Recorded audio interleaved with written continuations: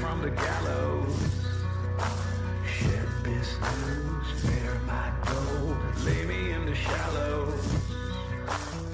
Evil come if you call my name, the wicked day shall rise. The river sand's gonna wash me clean if the river don't run dry.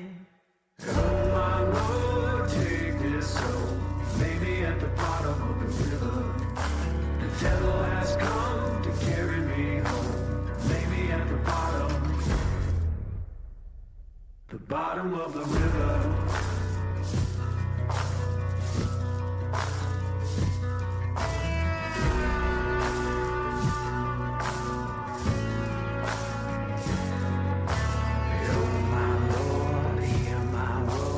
Blood upon the valley. Take this sword, the ill I've done, deliver me from worry. The devil's hand's gonna strike me down, cut me to my grave. The river song's gonna pull me through, the river she can save. Oh my Lord, take this soul, lay me at the bottom of the river.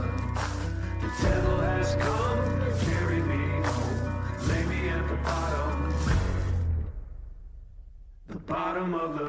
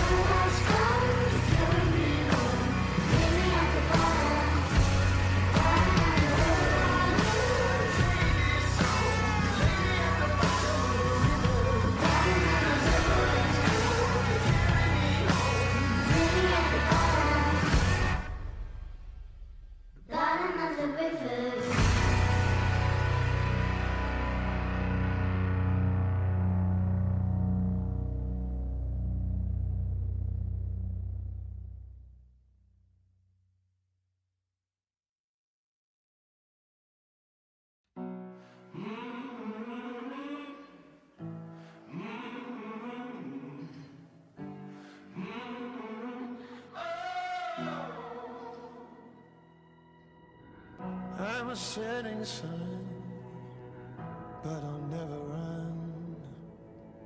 I'm a dead man walking. I'm a dead man walking.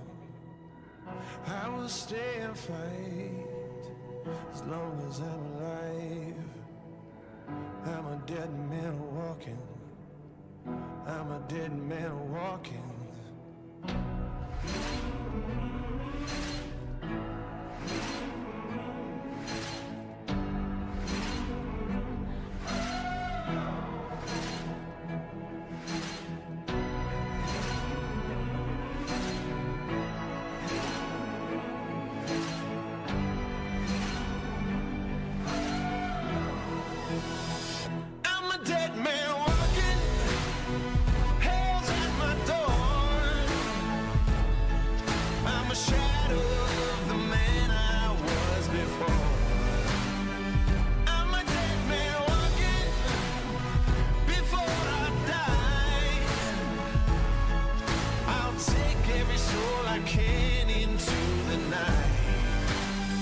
Kill till I die.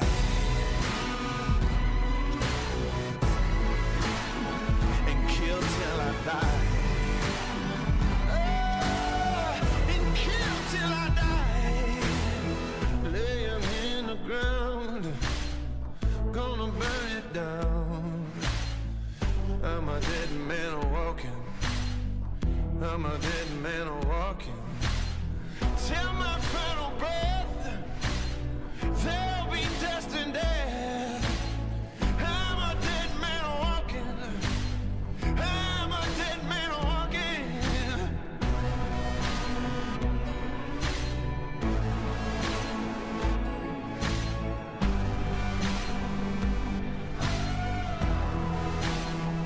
I'm a dead man walking. I'm a dead man walking. Hell's at my door. Hell's at my door. I'm a shadow of the man I was before. I'm a dead man walking. I'm a dead man walking. Before I die, I'll take every soul I can into the night and kill till I Test, die. test 1 2, test 1 2, test 1 2. And kill till I die. And kill till I die. Days grow dark, death is real. Embracing all the blood that's spilled. Assassinate till my casket's filled. Annihilation for the thrill. Expect more gore and violence. Accept the blackness, don't fight it. Gone forever, complete silence. Evil plans to close your eyelids on a crazy spree. I'm going mad. Stop beating hearts just like that. This soul has seen a lot of bad. My future's in a body Test bag. 1 2, Swerve test no 1 longer 2, bind me. test The 1 reaper's 2. so close behind me. Its cold breath reminds me. The shadows of death I'm will a find dead me. man walking. Kill till I die. Hell's at my door. Hell's at my door. Yeah. I'm a shadow of the man I was before. Shadow what a man. I'm a dead man walking. I'm a dead man. Before I die, Before I die. Whoa. I'll take every soul I can into the night Oh. and kill till I die. As long as I'm alive. Kill till I die. Take them with me to the night. I won't leave till you're laying by my side. You leaving where I kill till I die.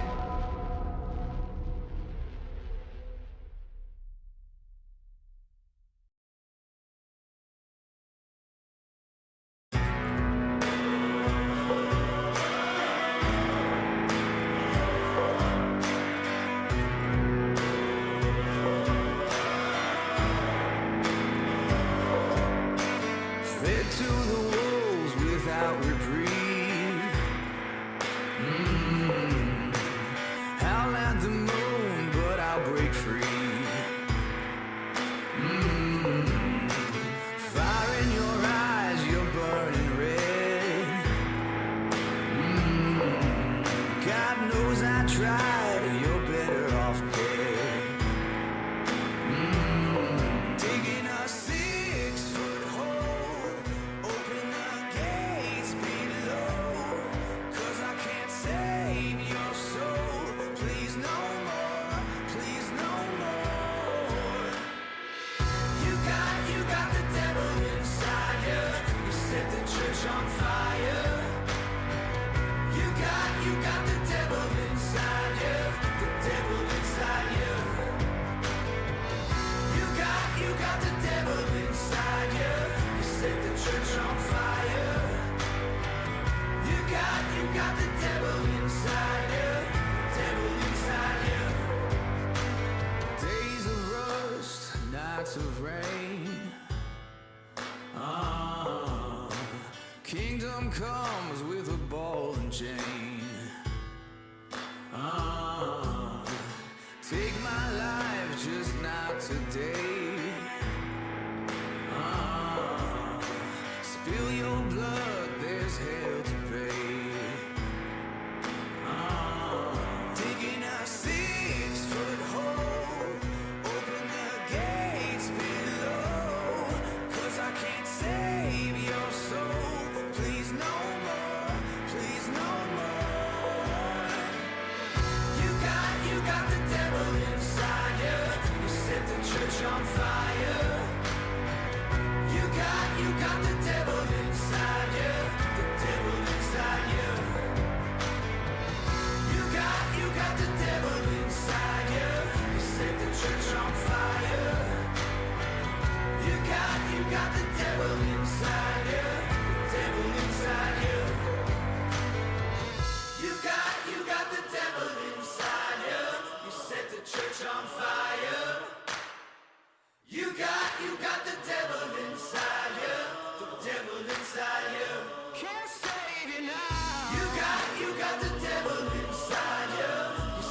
church on fire. Won't you burn it down? You got the devil inside you.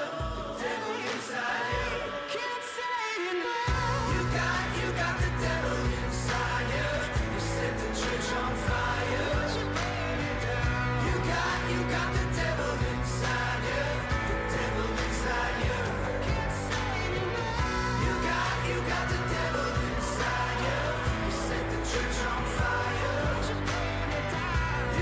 You got the devil inside you. The devil inside you.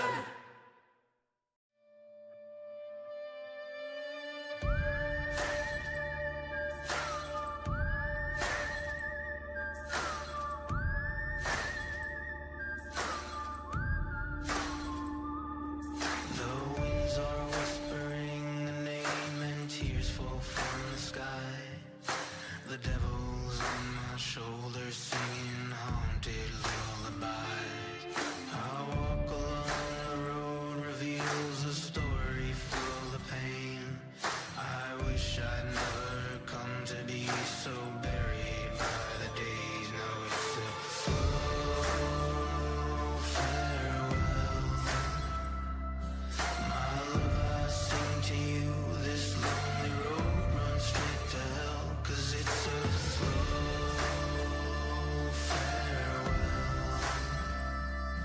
My love, I sing to you. This lonely road runs straight to hell.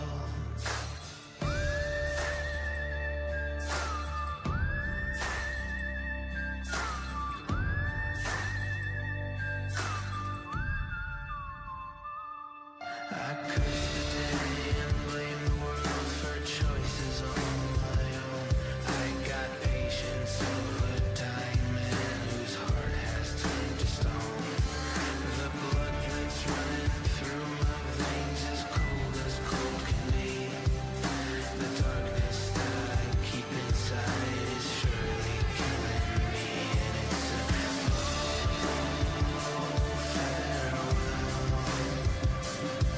My love, I sing to you.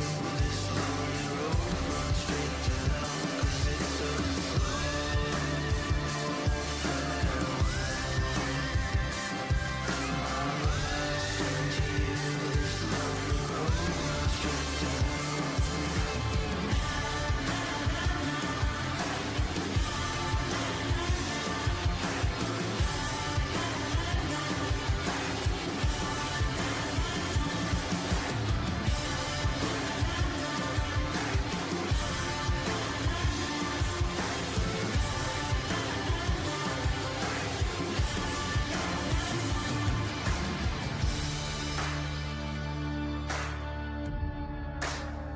I see a bird upon a gravestone who will lead me on my way. I see faces that I recognize whose names I cannot place. I'm a sinner in the worst way, so please I'm asking you, light a candle, say a prayer for me. There's nothing left to do, 'cause it's a slow farewell. My love, I sing to you. This lonely road runs straight to hell. 'Cause it's a slow farewell. My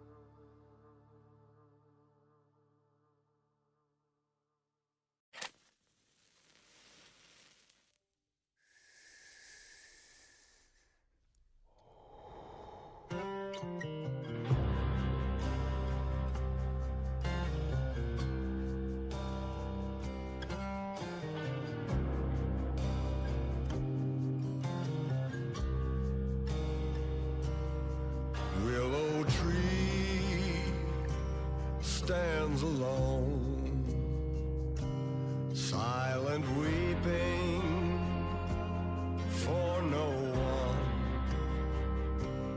Can you hear how the wind blows in the valley of forgotten souls?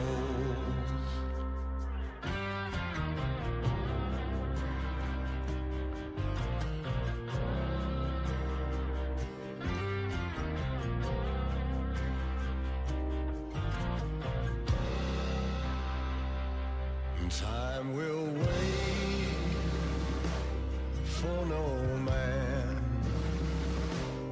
haunting stranger, the devil's hand, some mother's child never came home from the valley of forgotten souls.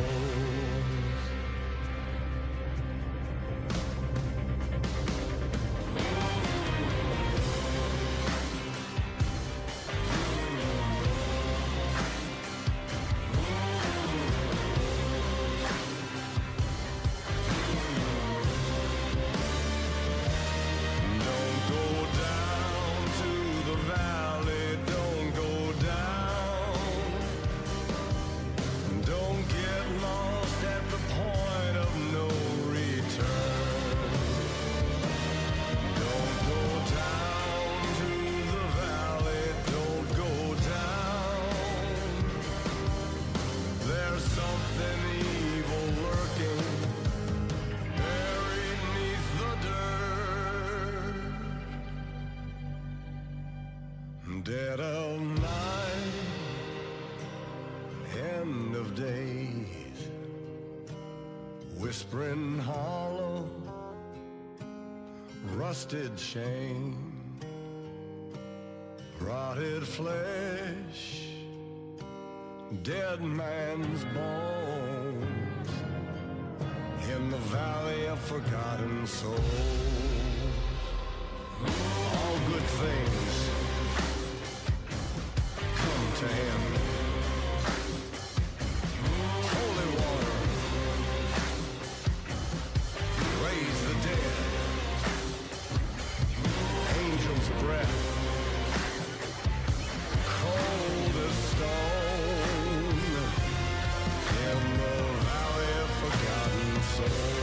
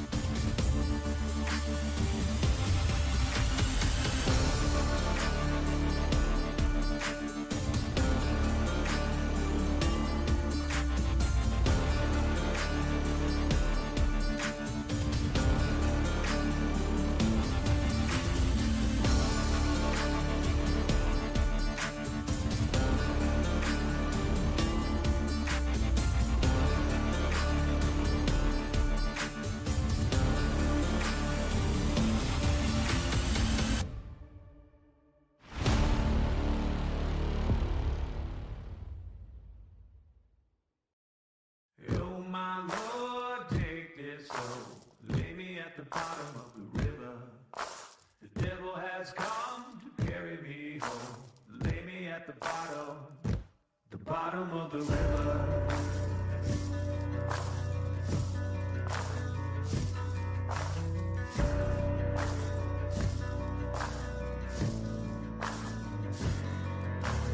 Oh my Lord, take this hand, save me from the gallows.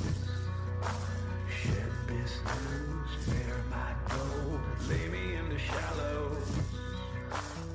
Evil come if you call my name, the wicked day shall rise.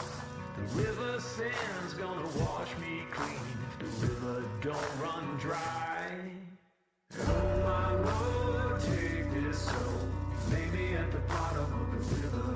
The devil has come to carry me home, lay me at the bottom of the river.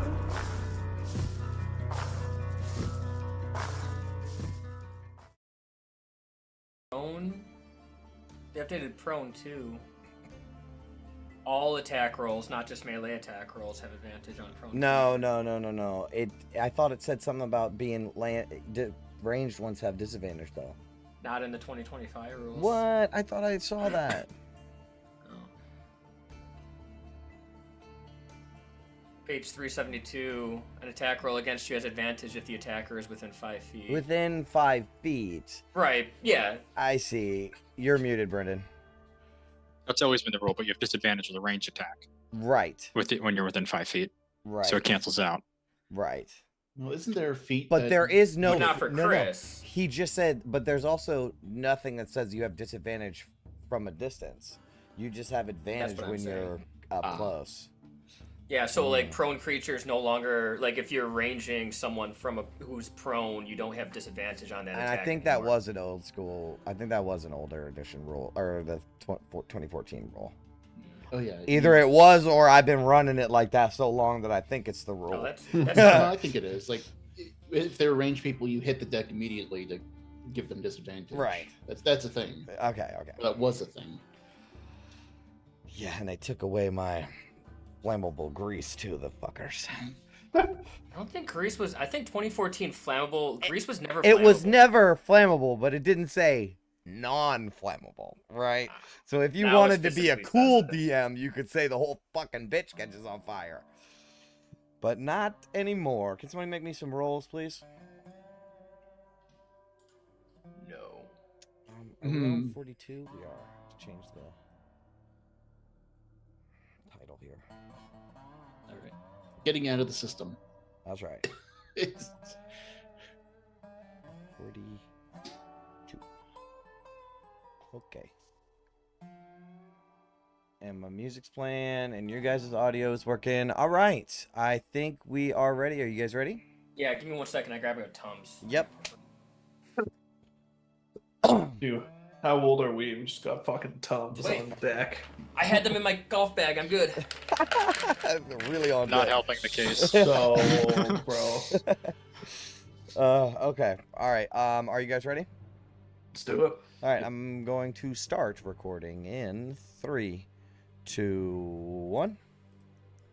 Welcome to The Descent. Who wants to do the recap?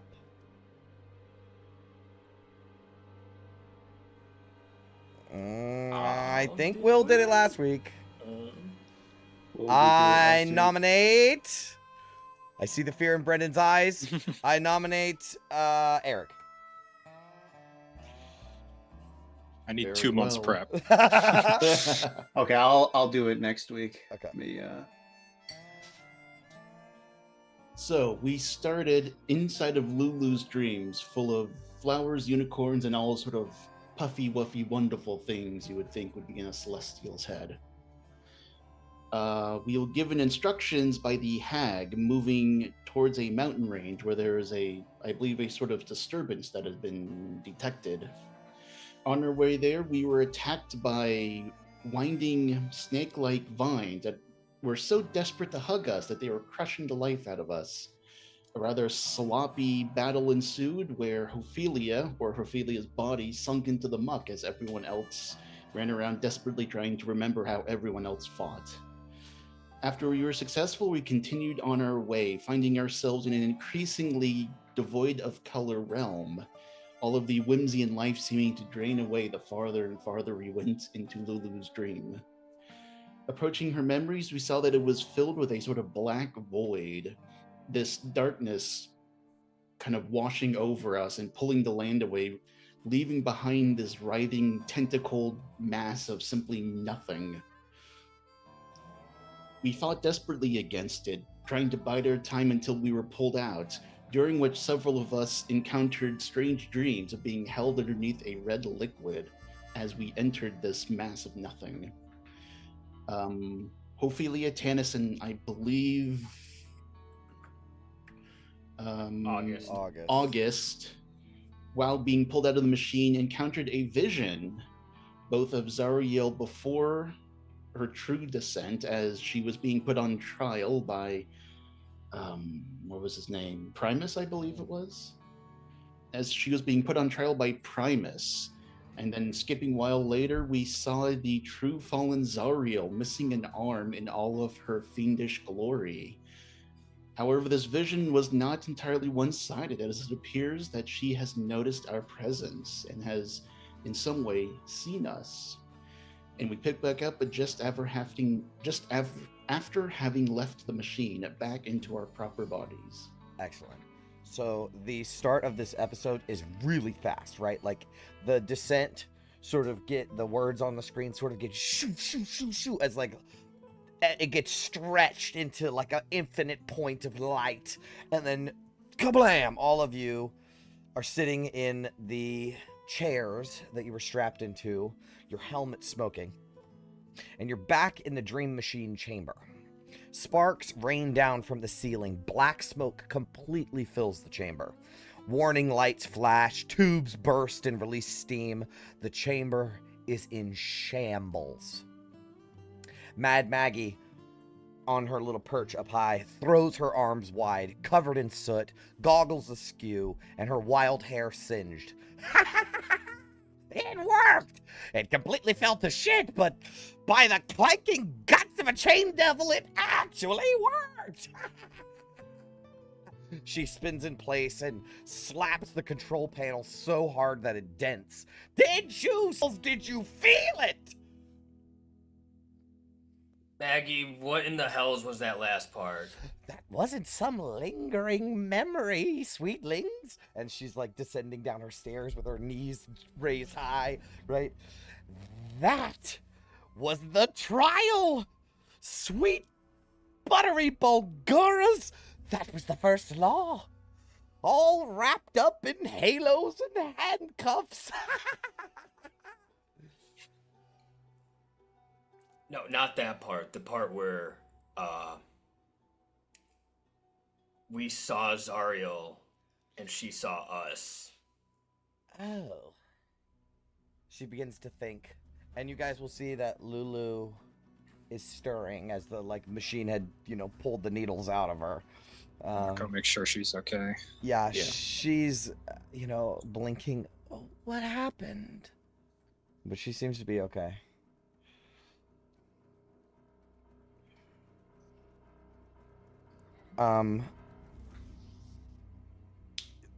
Mad Maggie was sort of on a tangent about seeing the trial of Asmodeus, and but when you say, what was where she saw us, right?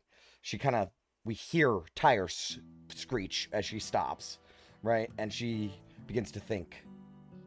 Wait, she saw you, Zariel. The Archdevil saw you. Oh, gears and gristle. She looked through the link. Now she knows you're here. She's gonna grab a piece of charcoal and begin scribbling frantically on the wall. You guys, you're not even sure she can see what she's marking because all the walls are scorched. The room is pouring smoke. This room is you walked in here, it was like a nice machine room. Everything is dangling from the ceiling. It looks like there was an explosion in here. More than one. Of course she sensed it.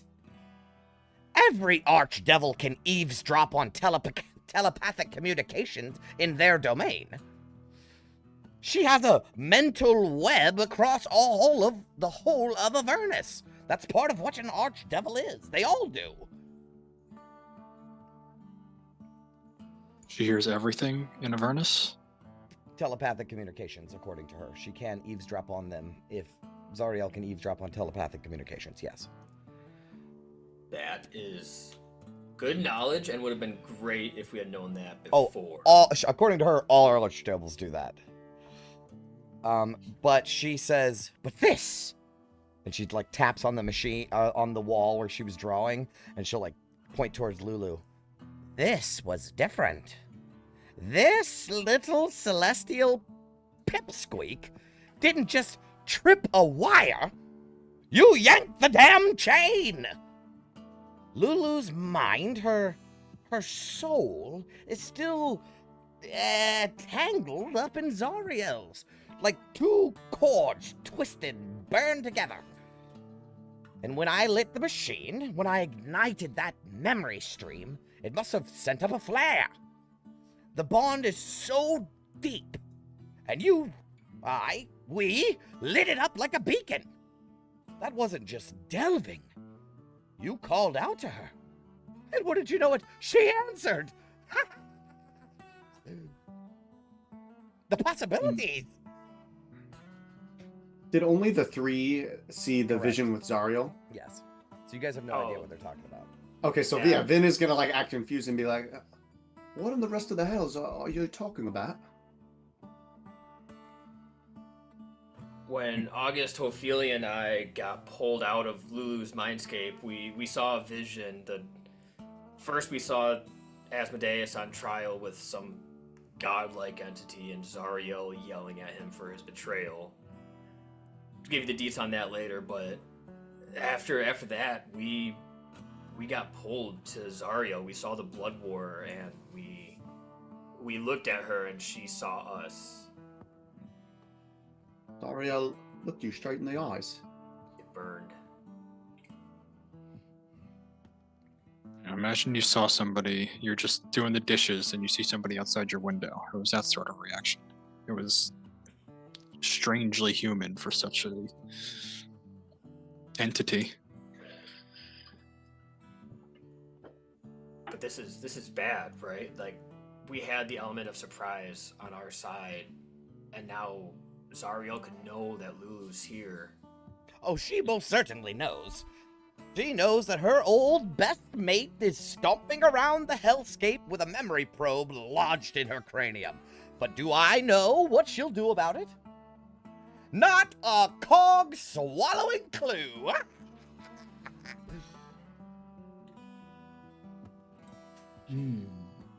I had hoped we could make introductions with Zariel at some point, but this was a little premature.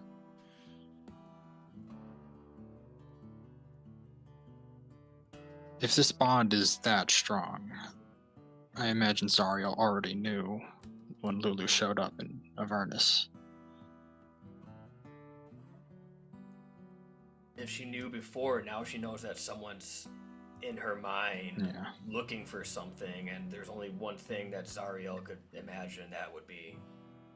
I mean, more to the point, she likely knows what we look like. She's had a connection to our minds.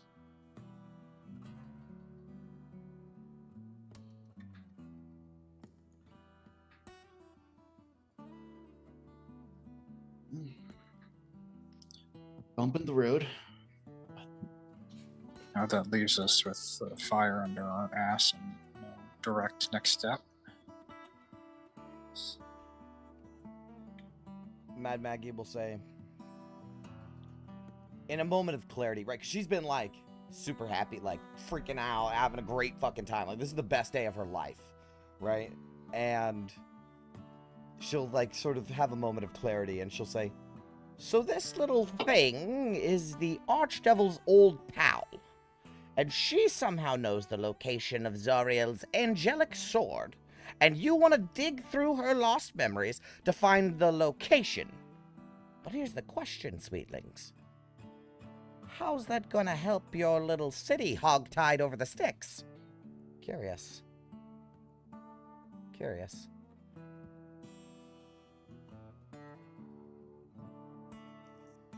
Who told us that the sword could break the chains? Somebody was that Silvira? That was Torm. Torm told us that. Okay. And way back when in Candlekeep, I think we heard someone chanting about breaking the chains. It was what's it called? Somebody. One of Alondo's prophecies. Something like that, I think. But yeah, Torm. Speaking of the sword, though, I mean, I didn't have any of these visions. Are we any closer to finding it? It was a past. It was this memory came from far before It felt ancient. Zariel fell. Nothing concrete. Maggie is still curious about what the fuck you guys are trying to plan. She hasn't quite put the pieces together. She has them all, but she doesn't get it. Oh, let's also not forget, we have the Creed Resolute to deal with. We're going to require quite a lot of effort.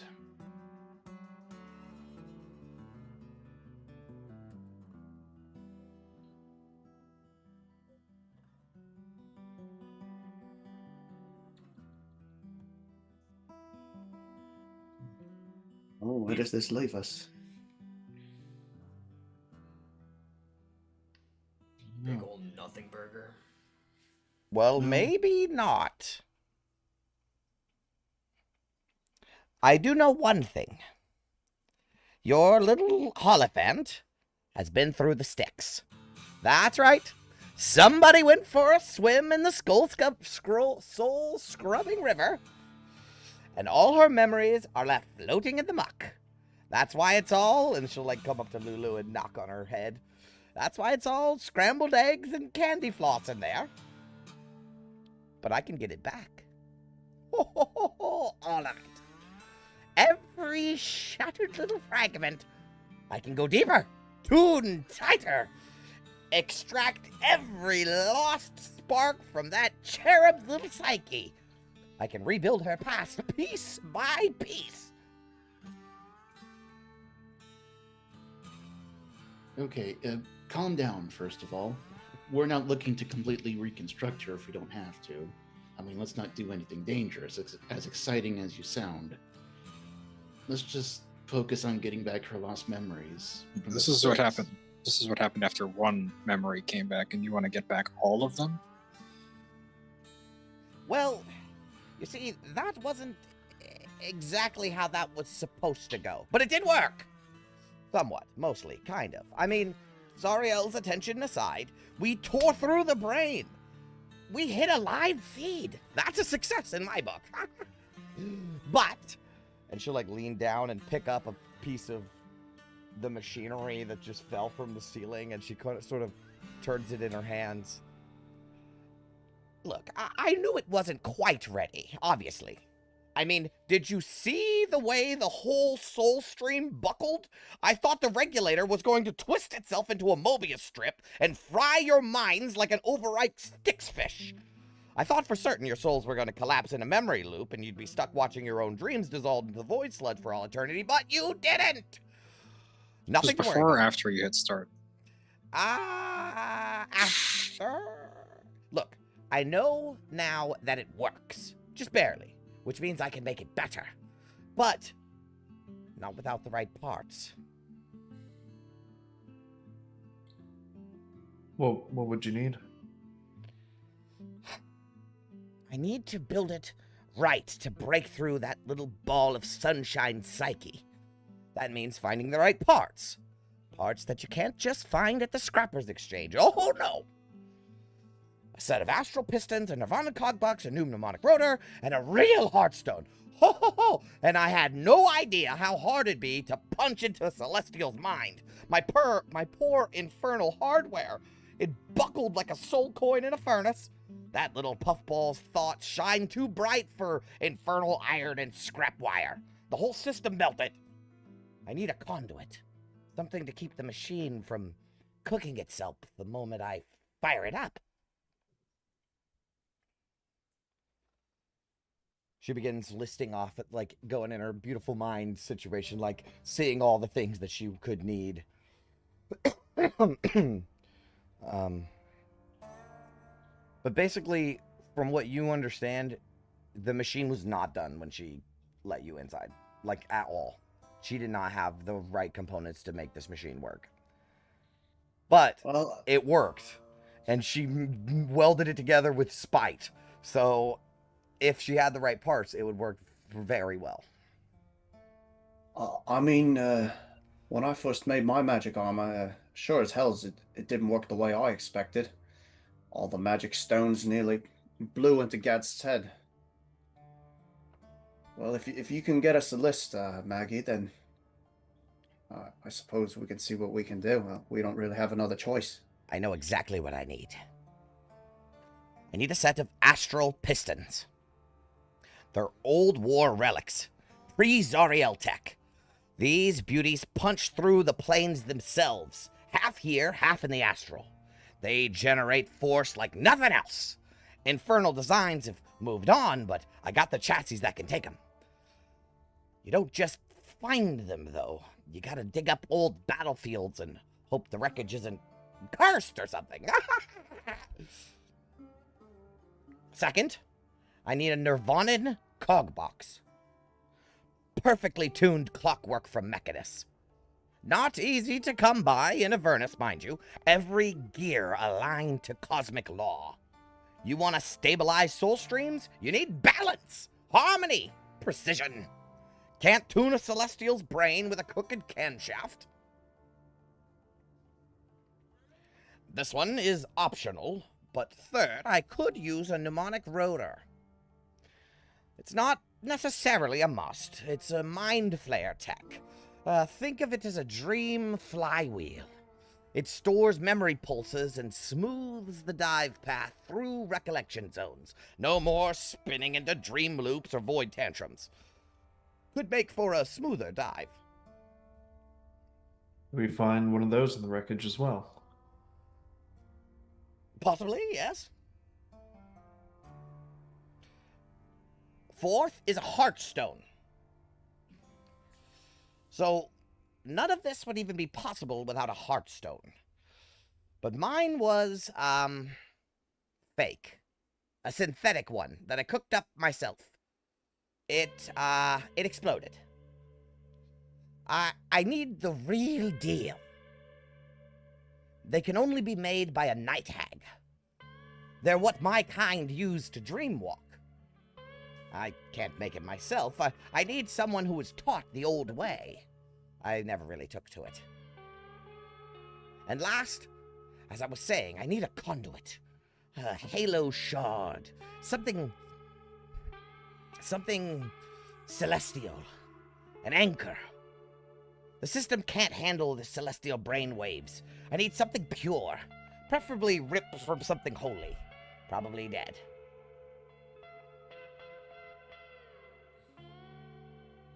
We have this Mason helm. They're not from the heavens, but they're wielded by a I don't think holy it would be person. strong enough. I need something of celestial in nature. It might help. They might help, though. In a pinch, I can make it work. But if you want to do it right, we must do it right. And Lulu can't just hock a loogie into it and No. call it a day. No, unfortunately not. So she suggests, like, a shard of a halo or a unicorn horn or some, like, part of a celestial, a feather of an angel or some shit, right? Something that can, like, channel celestial power. But that's it. That's all she needs. So really 4 things and an optional one if you want a smooth ride. Didn't those hell wasp nests have like celestials stuck on the outside? Just thinking, yeah, they had, or the wasp nests, they're like imprinted into the nest itself.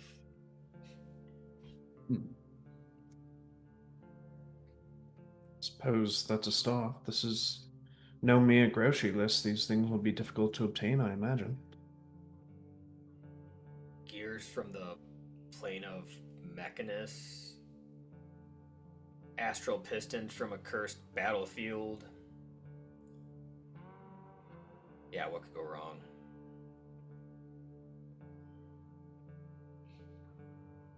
So, Aggie, what is your relationship with your sister and or sisters like? Because I imagine that's where we're going to have to go for a Heartstone. Yes, about the Heartstone. You're going to need a real one, not that synthetic junk. They're not impossible to find elsewhere, mind you. But there is one person that I know for certain has one.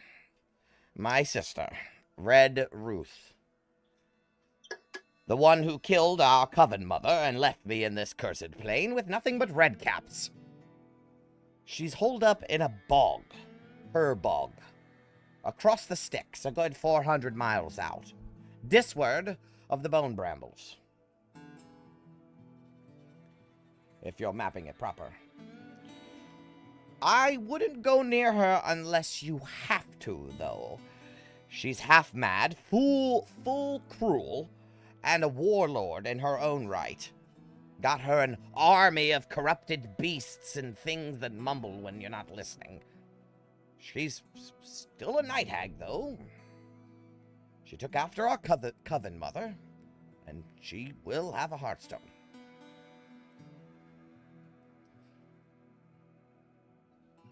Where should we look first for that?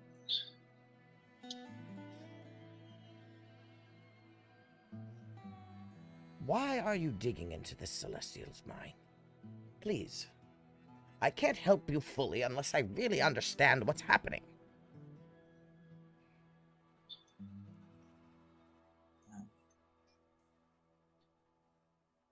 The city of El Terrell is chained here, and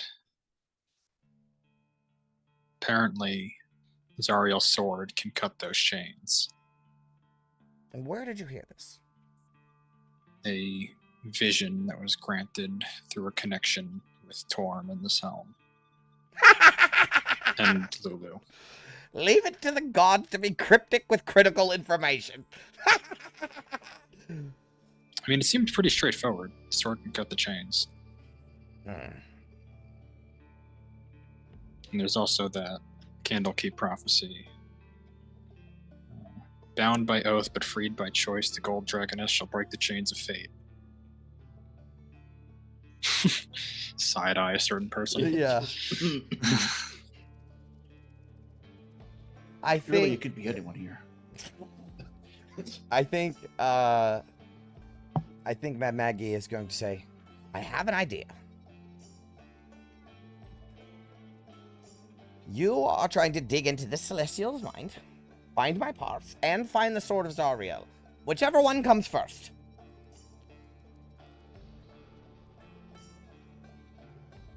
I may have some leads.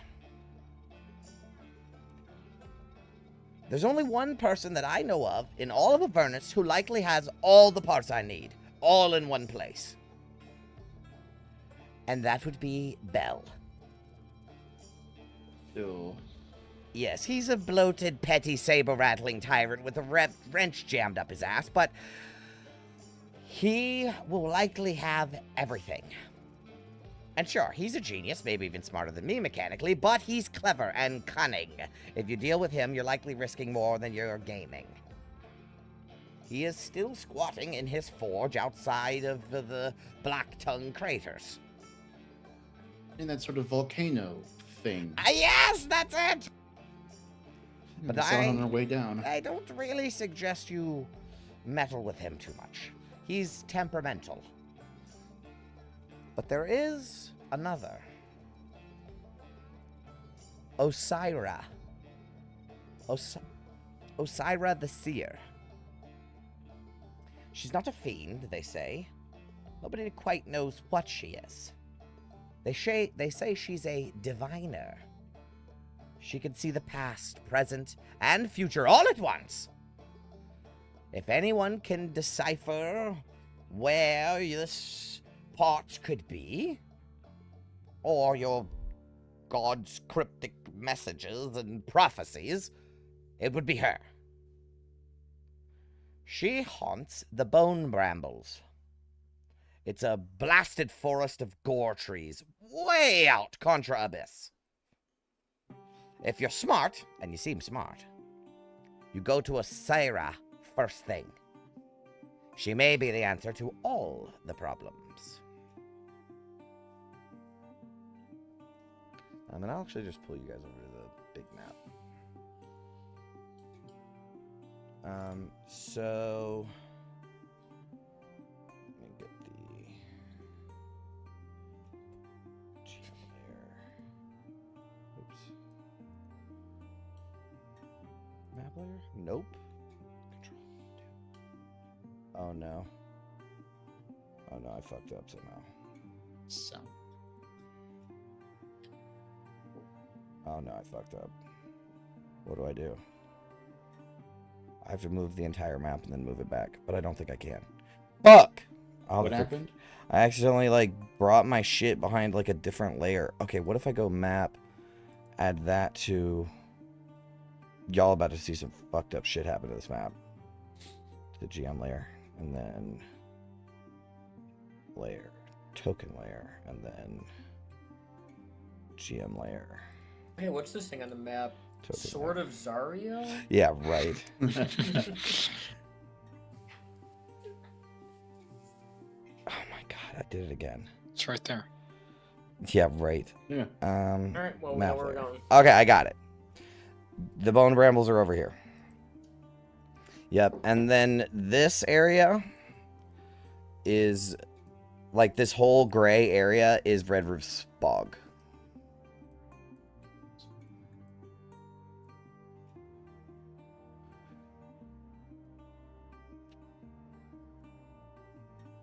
Is there a... We certainly can't take Yama over the Bridge of the Forsaken. No. Do you ask her about how to cross the sticks? Yeah. Yes. Okay. She will say, if you want to cross the Styx, unlike a lot of places in Avernus, the Styx changes depending on how you look at it. It might be 100 miles wide or a babbling brook, depending on your mentality about it. My suggestion is you take one of the 4 bridges. The Crimson Caravanserai has a bridge that crosses the Styx. The Caravanserai is the closest thing to civilization you'll find in the Waste besides the fort here. It's a nice market, but it's run by a real piece of work. The bridge has a 2 soul coin toll to cross, though.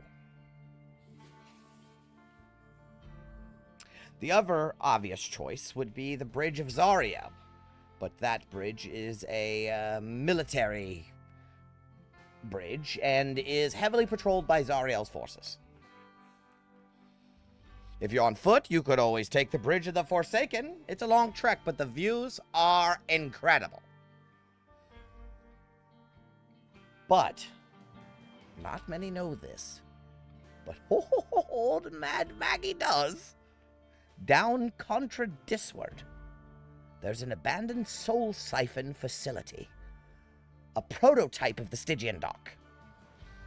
It's from way back when Zariel was first experimenting with soul siphoning, before she quite got it right.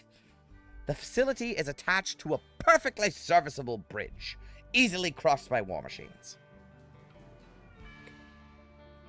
Also, well, there's old tech there.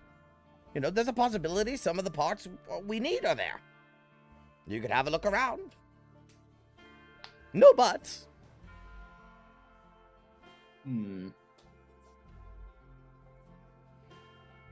Is it this thing? I will put them on the map. Yeah. So, here is the Abandoned Soul Siphon and the Bridge of Zariel and the Crimson Caravanserai.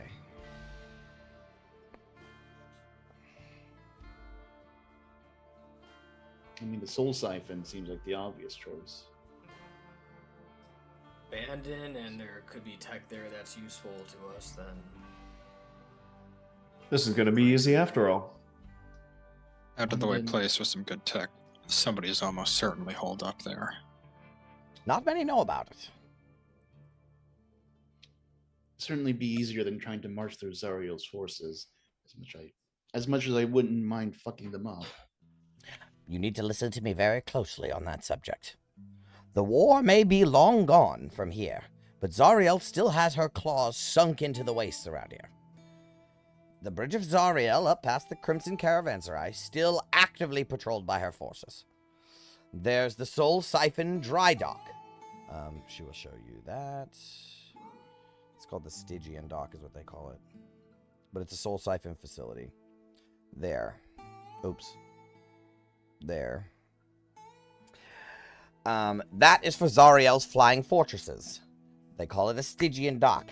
It is full of soldiers. You've likely seen the Dock of Fallen Ruin, I assume, crawling with them. And along the shores of the Styx, a few miles contradistant from here, is an infernal watchtower. That's one of maybe a dozen or more that dot the Styx. They monitor the waters for demonic incursions.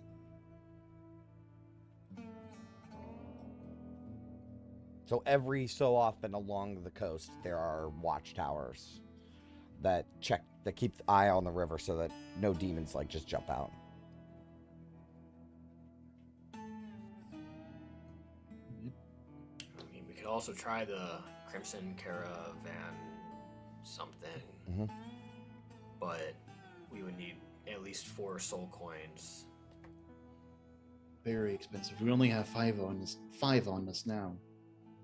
Well, I mean, if we're running an errand for you, Mad Maggie, perhaps we can reach some sort of compromise. You front the money for us to retrieve these parts, and we retrieve said parts.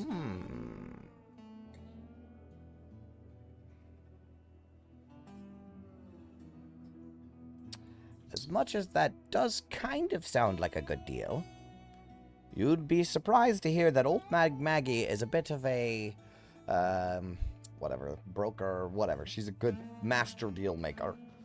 And fixing her machine is something that she can do on her own time because she's basically immortal and can be here forever.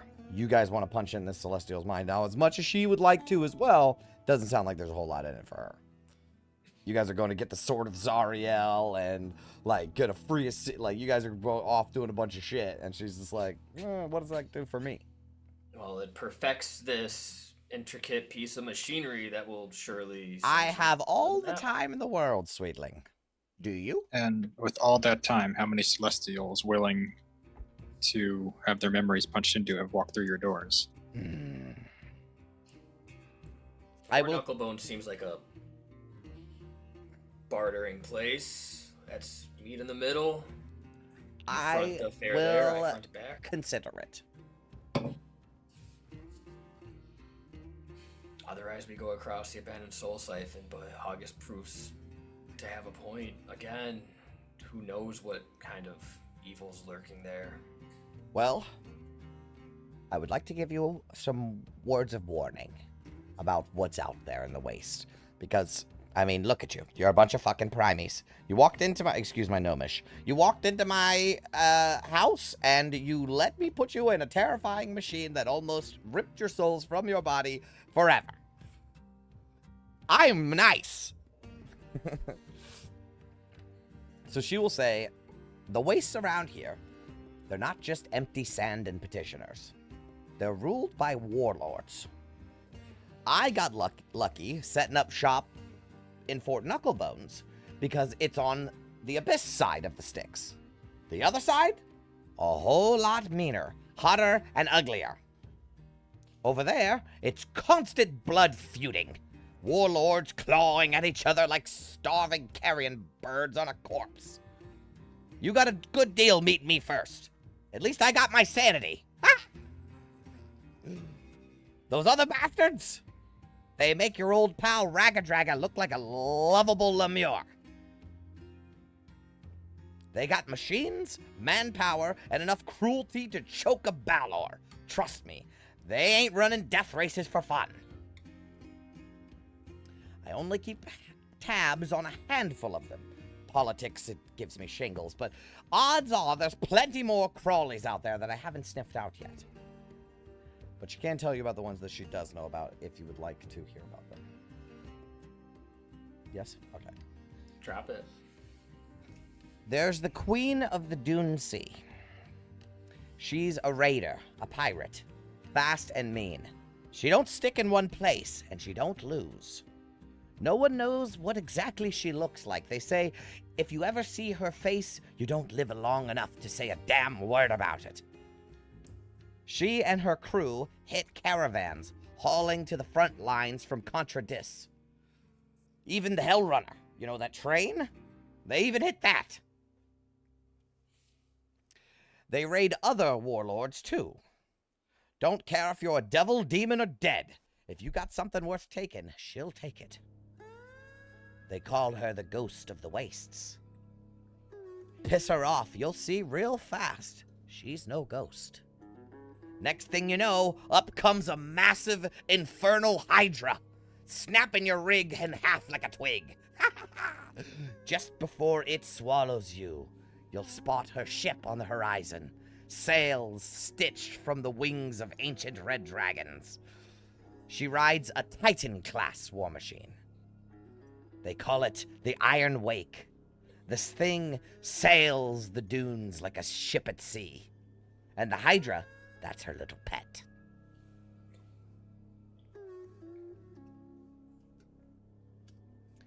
And yeah, you've never heard of a Titan-class war machine before. Not up until this point.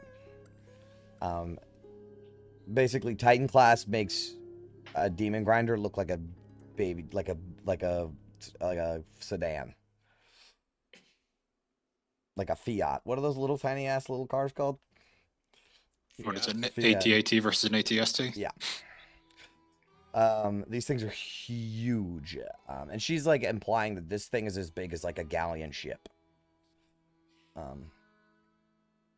But if you think the Queen is bad, the War Eater, he's worse. His name is Malaxix. Malaxxix. Malaxix. He's a Yugoloth, mostly. Rumor has it, he wasn't born that way. Not exactly. He was once what they call a dread being. A spawn of the first of the night hags who cooked up the very first Yugoloths. Ages ago, he patrolled the vilest swaths of the multiverse as a tyrannical marauder. He made war on anything with a flag and a heartbeat. He commanded an army, hundreds of thousands of Yugoloths under his black banner. Until he was defeated by a demon lord. Thrashed him into the dust, right here at Avernus. And now he's trapped, stranded here. His forces, barely a fraction of what they once were, but don't let that lull you, Buttercup. He's a mad dog. A raving butcher who warps his own troops into hell-forged monstrosities. He's power-hungry and stark-raving as a boiling soul coin. He rides the biggest damn Titan-class rig the Wastes have ever seen. A moving fortress factory, belching smoke and pain. One of Bell's old rigs that Malaxix managed to get back up and running. You see that thing coming? Turn around, hide, crawl into a pit and play dead. He doesn't just kill you, he melts your ride, flays your crew, and bolts their bones onto his crew. Cross paths with Malaxix? You're better off getting eaten by a hellworm.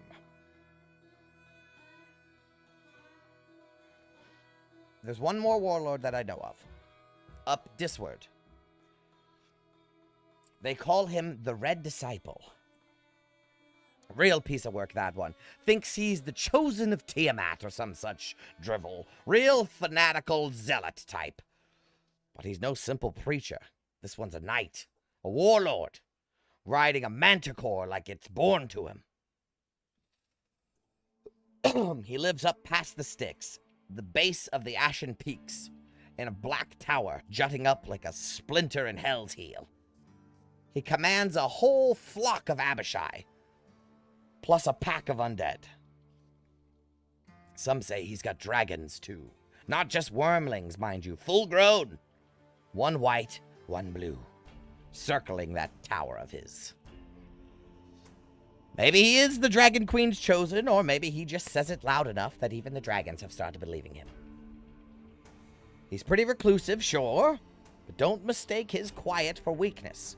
If you catch his eye, he won't send a war band. He'll send a message. One you won't live long enough to translate. Those are the warlords that she knows about, but she is certain that there are more.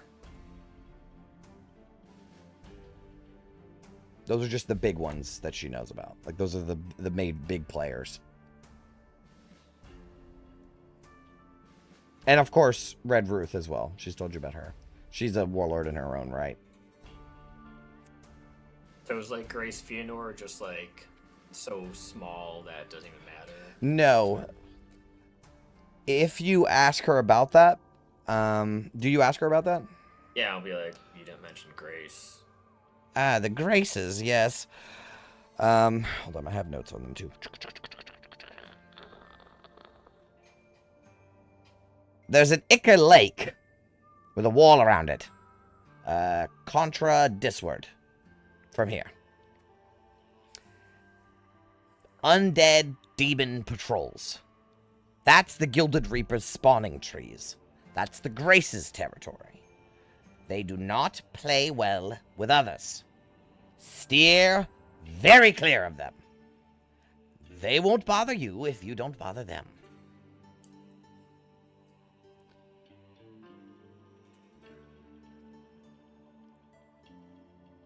And we'll have to get past them if we want to go the route of the abandoned soul siphon. Correct, but again, she just says stay away.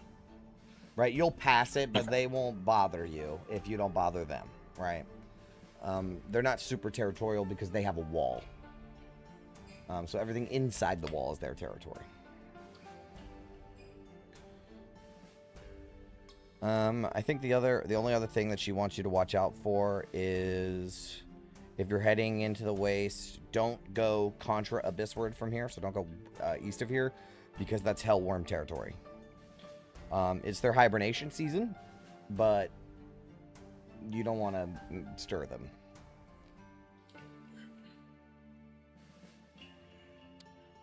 Is there anything else she has? You got any questions? But you said Belle has everything we need. Oh, for sure.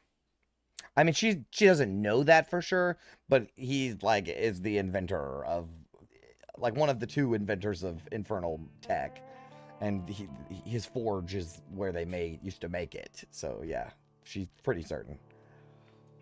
I don't think Ophelia knows this, but above board, Vin's shield wanted to go there when we first dropped, didn't it? Yeah.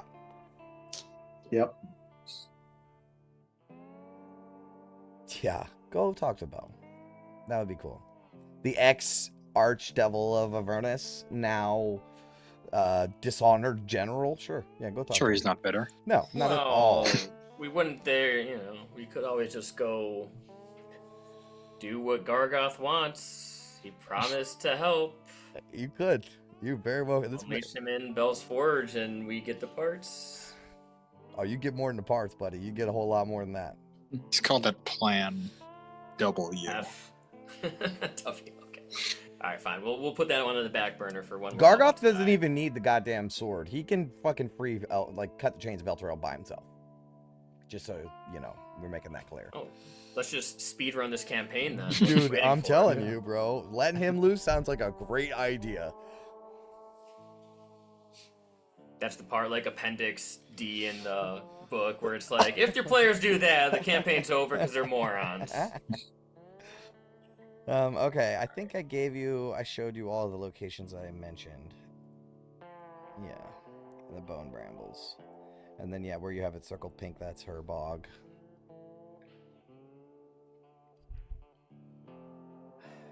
So abandoned soul siphon it is.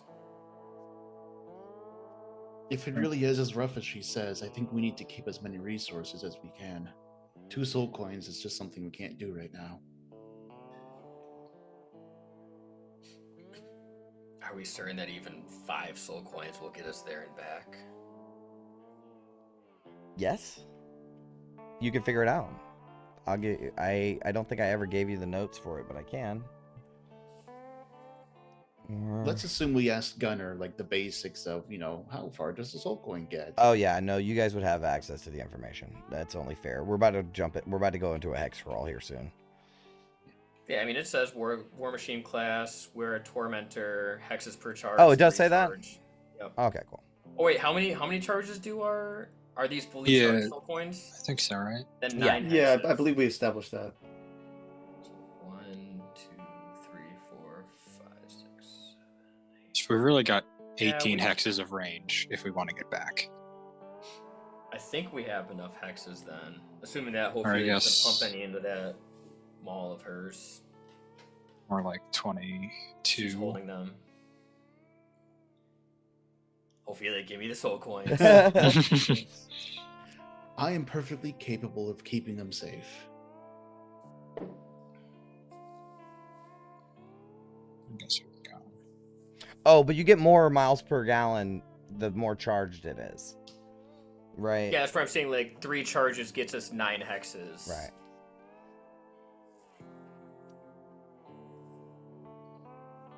So yeah, get their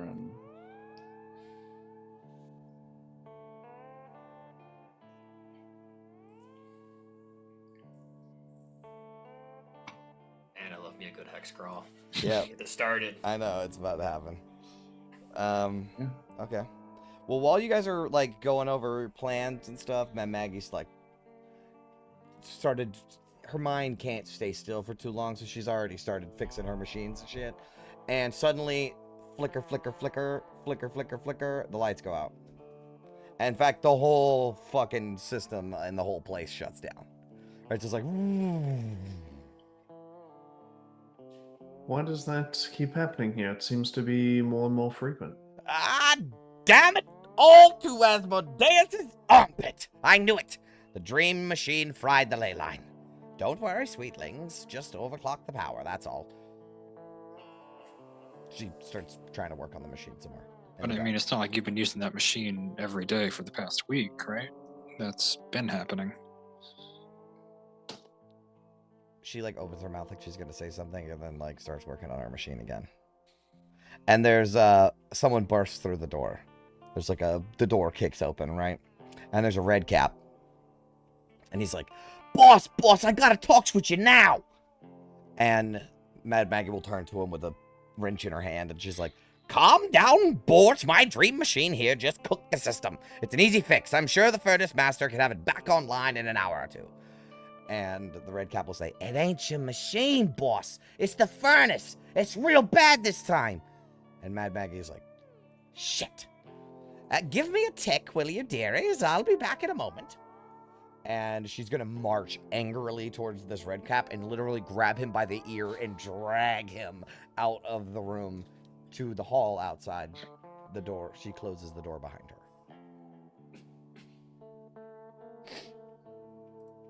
What is a reasonable price to charge to solve this problem for her? Is there a reasonable price? We have a heading, we have the fuel. But if we wanted more soul coins, here's our chance. 10 soul coins. What problem is there to solve? Are we gonna go have Vin look at the furnace while we sit around twiddling our thumbs for a couple of very precious days? I mean, who knows? It's only a matter of time until Feria becomes a vampire spawn. You hear some shouting, whisper shouts from outside the door. You know what? Hopefully, gonna go to the door and see if she can hear. Yeah. Vin's gonna go over it too. Okay, both of you make a perception check, but they're whisper shouting, so it's not going to be very hard. Oh, natural 20 boy. for 19. Okay, cool. Both of you can hear this conversation clear as day. Where you start to walk up, Mad Maggie's in the middle of saying, "They haven't sent a single barrel? Not one drop from the spawning trees?" "Nothing, boss. It's been almost 6 cycles. At this point, the Ica reserve tanks are bone dry, and we've already acquired every ounce of stock from the Ica works. We're running on fumes." She says, "Glacier's tits. No Ica, no message, no courier. This must be an active war." "War? With who, boss?" "The Reapers, you lummox! You starved the furnace, you cut the legs right out from under the fort. You think the Graces are gonna hit us? What do we do?" "Keep the grid running for now. Start burning soul coins to keep the lines hot. We'll buy ourselves some time. But only enough coins to keep the furnace alive." "But boss, that's gonna cost you a fortune. If we don't get the Ica soon..." "Go, now! But keep your trap closed. If I hear so much as a whisper on the wind about this before I say otherwise, I'll make you swim in the flesh pit. If the fort smells weakness, they'll start tearing at the walls before the Reapers even arrive." I'm on it, boss." And he, like, scurries away. You hear Mad Maggie open the door. Do you guys want to try to, like, put your hands in your pockets and whistle, or what's your plan, Ophelia and Vin? Yeah, I think what we just like Vin's gonna go on one side of the door, like maybe Ophelia goes to the other, like she'll just like put her arm like on the just wall like talking, that. hanging out. Okay, cool. Mad Maggie will open the door, see the two of you, be like surprised, and then pull herself together. "Sorry about that, sweetlings. Little hiccup with the grid. Nothing to worry your pretty little heads about. Now, where were we?" And she like taps on some magical device that she has that's like mechanical, and there's light now, you can see. Well, we were hoping for maybe we could make some kind of deal for some soul coins. Believe that was where we left off.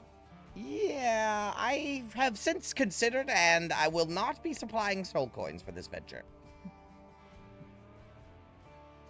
What if we earn it another way? I'm very sorry, sweetling. I just am tight money-wise right now. They're tied up in investments. We hope you aren't burning through Muted, those August. investments now.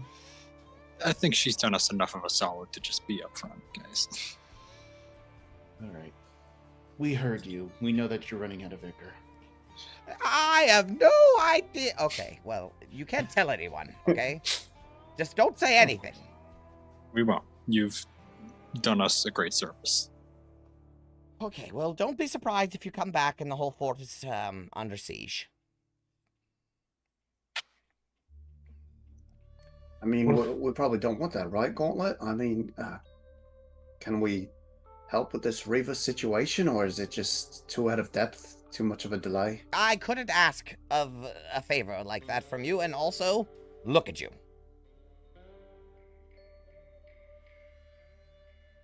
Don't have to worry about us. It's also You a have to vested. worry. Go ahead. I was gonna say you have to worry from what it sounds like about your own fort right now. And what I believe Ophelia is trying to get at is that we can perhaps help each other here. And plus, let's be honest, if you're under siege and Fort Knucklebones falls by whatever it is that wants to come for you, then we lose the only thing that we have standing for us, being this machine. There is a vested interest for the both of us to help each other. This is Jay talking. This is a massive twist for me. So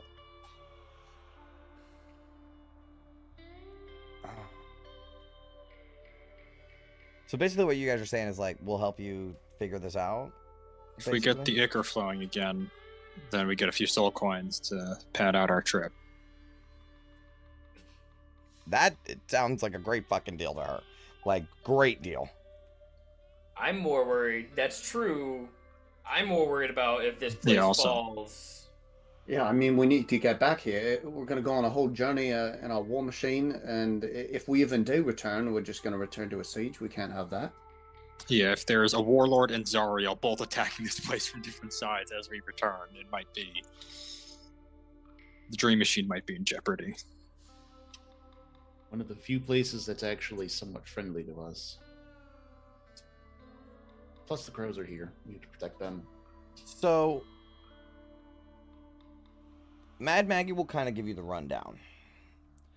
And this is, I'm just going to have to give you the rundown of what's been going on as Jay, because I don't have any fun scripted stuff for this. But basically, for the past however long, Icar shipments, for a very brief period of time, were dwindling. Like, there wasn't as many coming. Every shipment that arrived was full, but it wasn't as frequent. And then it just stopped. And this has been like a while now. And they've just burned through all of their reserves. To the point where now the furnace just turns off because it's running out of gas. Which she'll explain that's why the power outages have been happening, is because they're just out of fuel. So she's had to get rid of, or I'm sorry, like basically acquire every drop of Icar in Fort Knucklebone. So if you tried to buy something from the Icar Works or basically anywhere in the market or anything, it's gone. You guys happened to buy the last of it. Like the last time people were able to buy it. So now they are fucking bone dry. And she's about to start having to burn soul coins to get, keep things moving. So bad for the Icar boys. We gotta do it for them.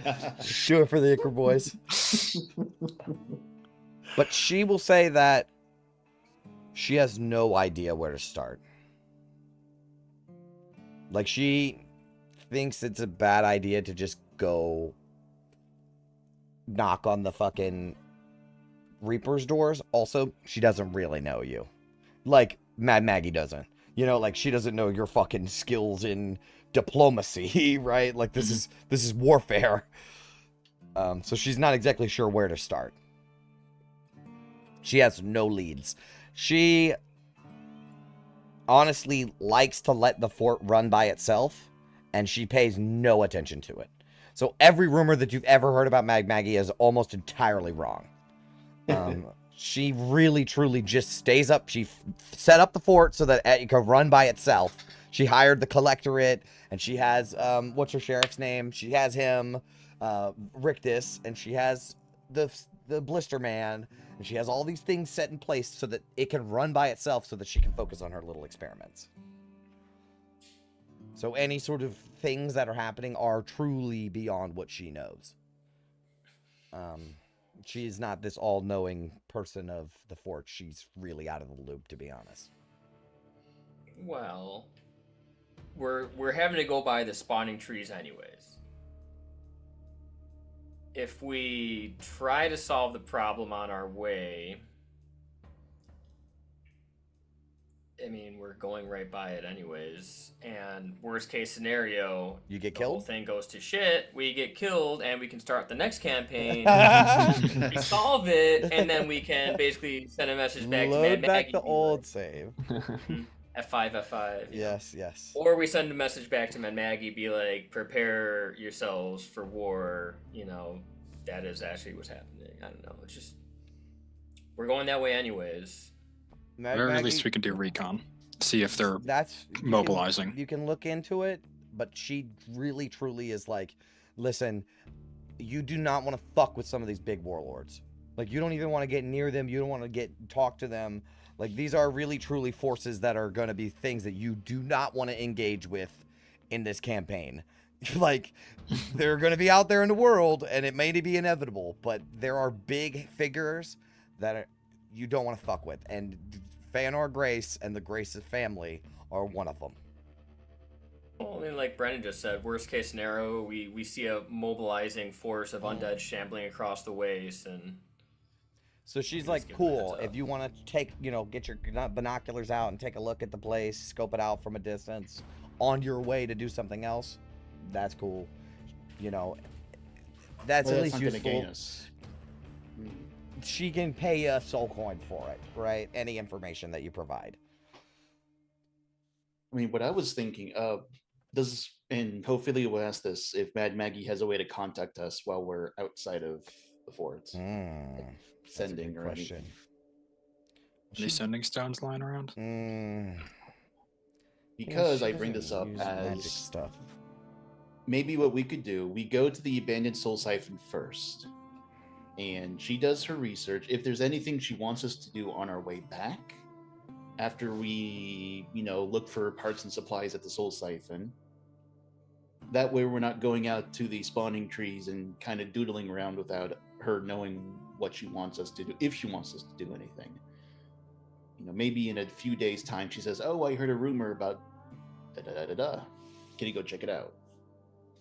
That gives her some time to scope things out. And I can pretty thoroughly scope out that place, I think. I can cast Arcane Eye. And so I can sit in the war machine and for an hour send an invisible scrying sensor and just fly around that entire place. I should also say, this will also give the game master time. Well, Stuff. I will also add that Mad Maggie does know a little bit more about Fëanor and the Graces than the other warlords. So Fëanor Grace is an extremely powerful necromancer. Borderline lich. She's not sure what she's doing here, but she animates like demon corpses, basically. Like she fuses she makes flesh golems out of demon corpses, and those are her minions, and they are smart enough to drive war machines and do it not so bad. Fëanor has this sick ass fucking necromancy tower, like Minas Morgul type shit, like beam of energy shooting into the sky with fucking wraiths flying around it and shit. She stays mostly to herself. It's her brothers you gotta worry about. She has two brothers, Geist and Baby. Geist is like a master swordsman and a part ghost, and Baby is a gigantic flesh golem thing, like monster undead thing, and they are like her lieutenants. They lead the armories, they do all the shit. They're the ones that you really don't want to encounter because they will fucking kill you and not even ask another question about it. They do not fucking care. Yeah, we're just more bodies for them. Yeah. On our way into Fort Knucklebones, we saw that war rig that had the necromantic symbols, assuming those are Grace Fëanor's, right? Mhm. But there was also Demon Ichor, like about the area, was there not? Was there? I believe there was. I'll have to go back and look at my notes. Do we think that maybe something is attacking the Demon Ichor convoys and it's not Grace Fëanor trying to attack Fort Knucklebones, but something else trying to cut Fort Knucklebones off? Maybe, but it'd be weird that they wouldn't say anything about it. Like, if they were being attacked, they were still getting stuff through, just at a slower pace. I assume they would have mentioned, like, hey, we're being hassled. Was Raga Draga driving for you when he was going out doing those things? She's like, Raga Draga never drove for me. I hate that little fucker. Well, hated. Past tense. So do we think it's them then? Whoever was hiring him, trying to undercut Maggie? Whoever hired Gunner? I don't know, it seems like they were stockpiling parts. I don't know if Maggie knows about this, by the way. I don't think you mentioned it. I thought you mentioned something about rigging the races, maybe. I don't think we even mentioned that. I don't to think you her. did either, to be honest. But if there's... Yeah, I'm just spitballing ideas. You said that there's convoys bringing Demon Ichor in. We saw a necromantic war rig destroyed with Demon Ichor lying about on the ground. Something else could have been attacking those convoys. What's that you said there was a warlord, but he operated on the other side of the sticks. Yeah. That was some sort of marauder. It probably wasn't him. It's all just speculation at this point, I guess. I mean, now I am curious to scope out the place a little bit, just so we're aware of what our surroundings are around here. And along the way, we could try and look for any other raided caravans.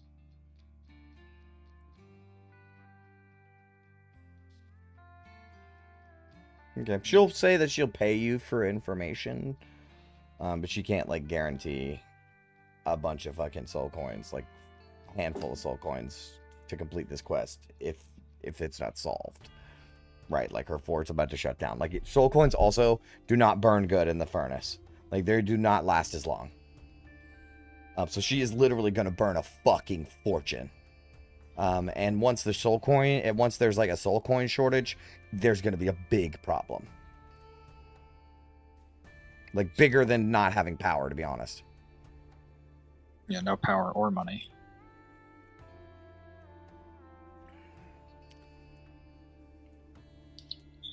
Alright then, so I guess we should start making haste, because there's only so many soul coins in this fort.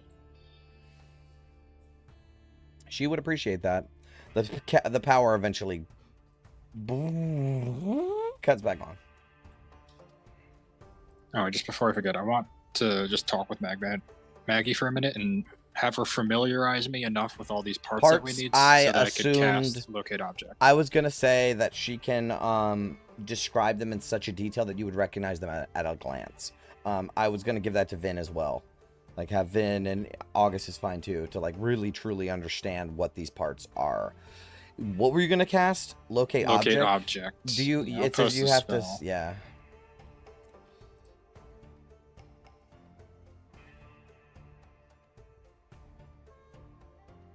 Familiar to you. Okay. Yeah. Alternatively, the spell can locate the nearest object of a particular kind. Yeah. So I guess Nirvana and Cog Cog Box. Mm-hmm. There's only going to be one of those in 1,000 feet. That's fair. Yeah, for sure. I'll say that's cool. I mean, in the scope of 1,000 feet seems like a lot, but in the scope of a giant hex scroll, it's not that much. Yeah, no, it's just like when we're in an area. Yeah. Like we're in the siphon place. Yeah. It's like just scan through, For see if it's sure. around. For sure. Good thinking, August. Yeah, so Mad Maggie can explain to you guys like in good detail about each of these parts so that you're like are familiar with them enough to recognize them at a glance. So I could, if you ever see one, I can be like, that's whatever it is, so that you know.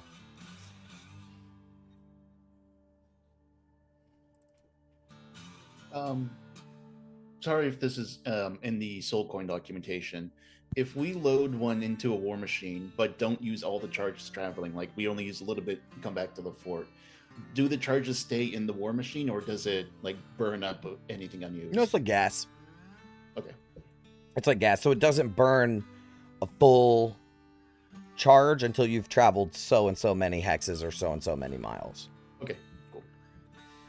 You can't get the soul coin back, right? It's No, once it's in the furnace, it's in the furnace. Yeah. But the fuel stays there. Perfect. It basically burns the soul coin almost instantly, and then the soul is loaded into the chamber, and then the charges are representative of like how much soul is burned.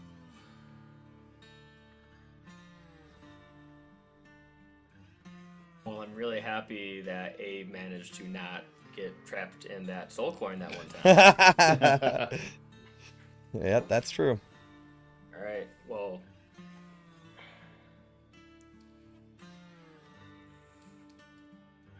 we have a heading. We have a rig. We have soul coins. Yeah, I don't think Mad Maggie has anything else to say. She suggests that if you're looking for parts, basically she's like, your best bet is this fucking oracle out in the middle of nowhere. She might have all of the answers. We don't know. Right? But there are other options as well. Like you could head straight to the bog. You could go to Bell. You could take whatever bridge you want, you know. She just highly recommends you try to go see Osira first. Because that might, like, she might be able to tell you where all the parts are. But along the way, it's probably gonna hit by the abandoned soul side. Oh, she did say there the may Bone be Bramble's parts. on the other side of the fucking map, so there's Yeah. gonna be quite a bit of adventure to get to that point. I know, but I don't think we're going up to the Bridge of Zariel. Is what I'm That's saying. fair. That's fair. That's fair. For sure. I wouldn't.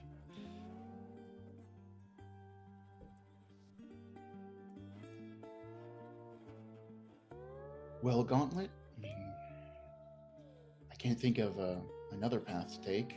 Oh, yes. Oh my god. I remembered. I do have a way for you to contact her. She is going to teach somebody a ritual for summoning one of her imps. Who wants to learn it?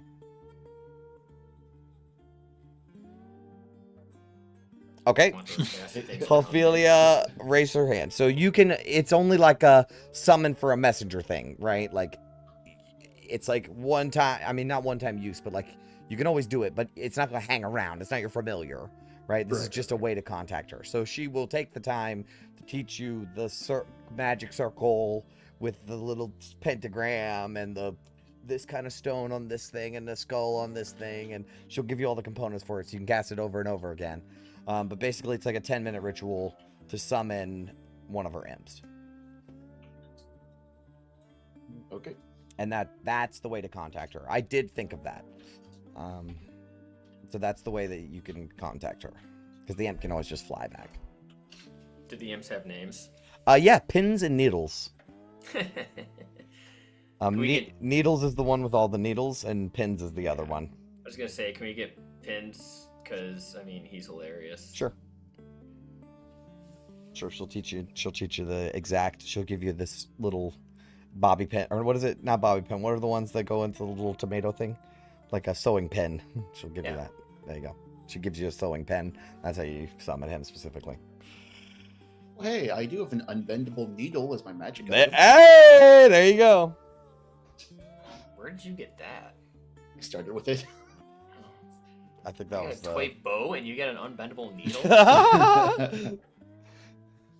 Not all items on the trinkets list are made equal. Okay. The imp's just got to fly there. He doesn't like teleport or anything. No, he teleports to you. Oh, okay. You summon him like a real devil. This is like a real devil summoning ritual that you do. But he will have to fly back. Or I think since it's her familiar, she can snap him back and forth. So maybe she'll wait a couple hours and then come bring him back.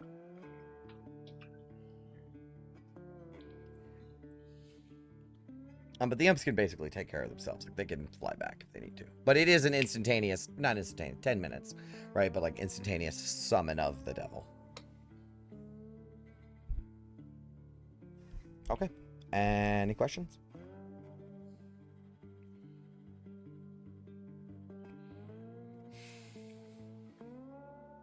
No.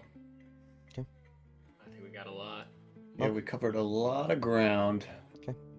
She will say that if you have any more questions for her, Oh, you know. yeah, you know how to reach maybe, her. you know, we're not asking for soul coins, but like maybe just like a stamp that lets us get in without having to pay chits again. Sure, she can give you something. Sure, we're for short that. on those. Sure, so- sure, she can give you something like that. I imagine she has something. She's got to, right? For like her personal shipments and boys. stuff. Yeah. So I bet. I mean, it's just like you just got to show you got stuff. So theoretically, we'll be coming back with some of the most valuable But I parts. thought if That's you true. came through the maw gate, I thought we had to pay. No, you still go through the Oh, same okay. process of like if you have Oh, then shit, yeah, then never mind. you're good. But I mean, I'm pretty sure she can provide you with something that'll get you back in and out. Yeah, there has to be like some official seal. of Definitely. Mad I think Mag. it's some kind of cog that has like a imprint on it with like a crow or some shit, and that's her like symbol or whatever. So you can have that, sure. No, I got nothing else. All right. So Mad Maggie is like, well, I'm gonna go fix my machine. As like another piece falls out of the ceiling and crashes onto the floor. And I'll get the places for the parts ready. If you have any information for me, I will pay you a soul coin for it. If you could solve the problem, that'd be different, but she seriously doubts that there's anything that you can do about it. So, okay. That's it for Maggie? Yeah, no, thank you, Maggie. We've sorely needed direction, and you've provided a lot of it. She is just happy to have dug into Lulu's mind. And she's also super pumped still about seeing the trial of Asmodeus. Like, that was, like, the coolest thing she's ever seen. And it made her really, like, it really inspired her to be like, my machine is going to do some shit. Not many people have seen what you guys saw. Okay. All right. You will be escorted out by Mickey, the giant flesh golem. He will lead you back up the stairs and then to the elevator and then ka-chunk on the lever and go back down the elevator, and you guys can make your way back into the fort proper. Throughout all of this, how has Lulu been doing? She's fine. She's fine. She honestly is a bit lethargic. But it's probably because she had a bunch of souls crammed in her head and then ripped back out again. And also, like, dredged up, like, a really deep memory in her mind. But she likes Maggie. She really does, surprisingly. If, you know, it doesn't seem like, it's one of those things where Lulu, like, hates evil, but Maggie just doesn't show the signs of real evil. She's like kind of gross, surprisingly reasonable. Yeah, I mean, crazy. Seems more negligent than like straight up evil. Right, Yeah. right. Which isn't like a core alignment fit problem. You know what I mean? So I think Lulu's it's still kinda... criminal negligence, but right. Well, maybe more, leaning towards the neutral alignment. She just likes her experiments, man. She just wants to build some crazy shit that nobody's ever seen before. She seems like one of the nicer and more reasonable people we've met in hell, to be honest. She doesn't really seem like she belongs down here. She doesn't. She's not from here. She got trapped here.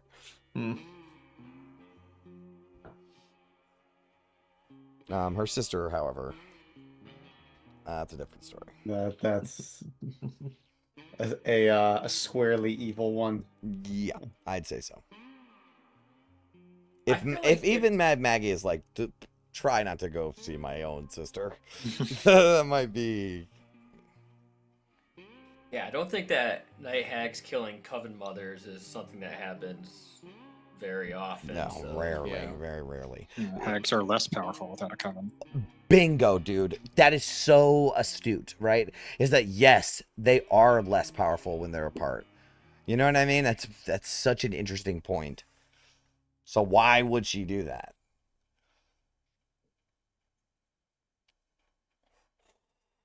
Well, hopefully we don't find out. Hopefully we don't have to meet her. You might. You might have to. We don't know. All right. So you guys go back down and you're back in Blackfinger. How did resources transfer from the dream? Like spells and exhaustion and that stuff. You're good to go. You're just as fresh as you were when you walked in. It only we just had a long rest, so it should be clean. Right? Yeah, you should be pretty like flat up, really good. But I mean, yeah. Speaking of that, are we trying to leave today? Are we trying to how long have we been awake, and how long was this little escapade? Well, actually, you know what? It is kind of afternoon because you did meet with Maggie after a whole day of shopping and stuff too, and fixing the war machines and everything. So it is getting later for you guys. I maybe wouldn't leave today. Yeah, I guess just we build a booster seat for Vin the rest of the day. And Yeah, I guess get ready to head out. Oh, great idea, yeah. You guys do that. I'm gonna grab a couple of chits and go to the shithole. Nice. Okay. Does anybody care to join Tanis at the shithole canteen? I mean, Okay. Vin would probably join, but she might be busy working on a booster seat. Well, I can't be. You know what you could do is get the magpies to do it. She is like a little bit skeptical, but she kind of wants to get drunk as well. So. Okay. So you commission the magpies. They'll do Yeah, it we'll for commission free. the It's not really a magpies. real commission, but they'll hook you guys up. Okay, so you guys want to go to the shithole canteen in Barterfinger? Yeah, we should all go. Awesome. The shithole canteen. Actually, let's take a quick break before we get there. Sure. All right. Mandatory company bonding time. Yay! Mandatory fun. Yay! All right, I'll see you guys in a little bit.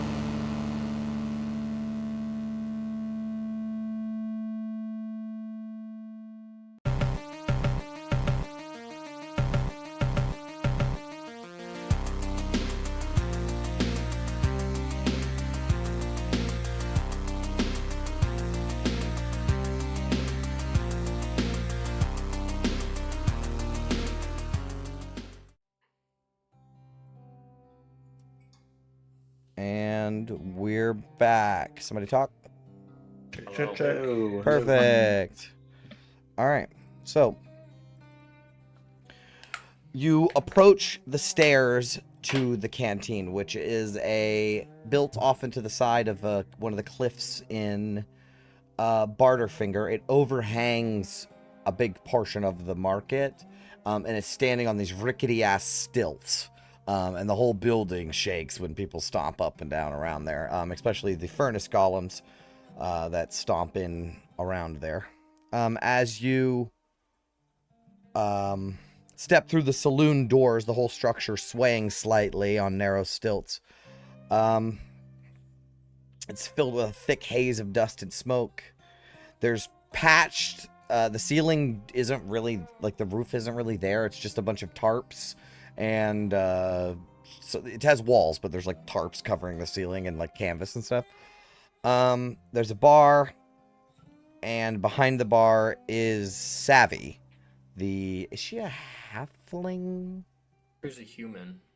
Is she a human? I think she was a halfling. I don't have what she is. I just know what she looks like. She's like I think she is a human. She's just a nice round lady. But when you guys walk in, there's a mix of, oh my god, it's them. It's the dudes that killed the Fragatraga, you know, and then a mix of, fuck you, you fucking pieces of shit, right? But Savvy seems very happy to see you.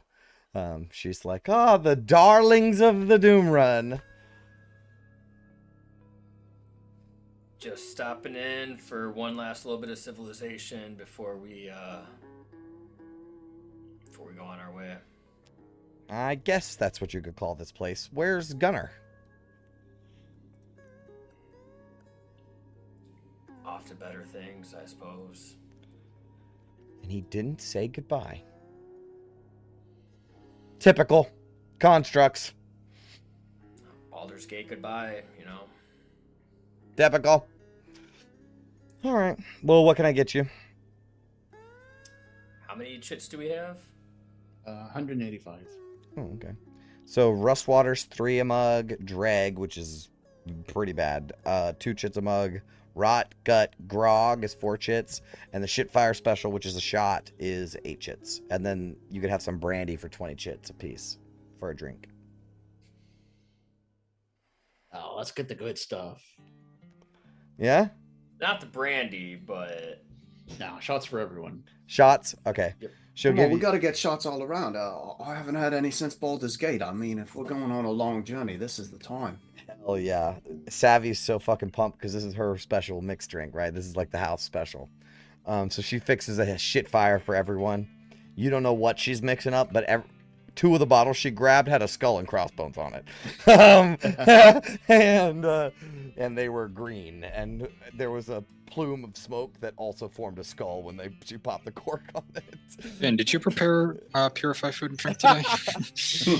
My literal description is Savvy's own disgusting mix.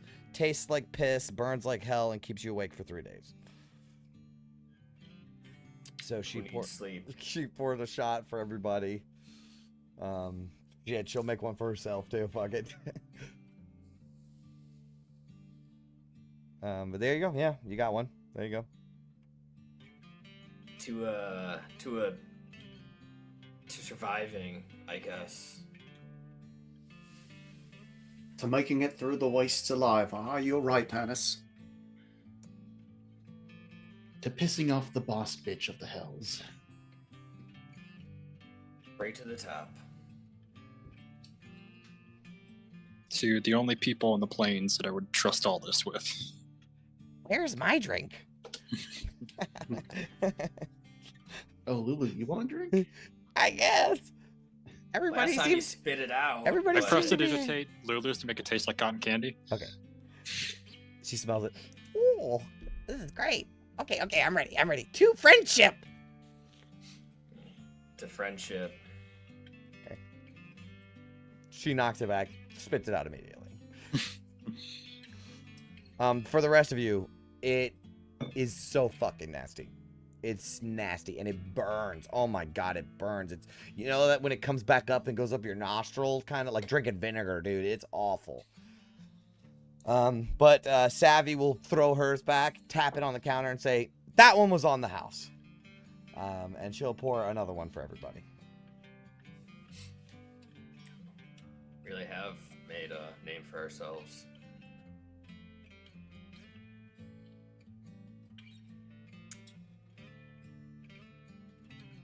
This is going to be a long journey ahead of us. We had hoped that this was kind of the end of the road, but I just wanted to let you all know that Ophelia, we've had our differences, but after seeing what you have to live through on a daily basis, I'm glad it's second company that I'm here with in the hells, far away from home. So cheers. And Tanis, no matter how much I try and deny it, you are a respectable gentleman. Gonna cry, guys. I'll have another drink to that. We may be far from home, but as I said before, I mean, the lot of you, the only family I really got at this point.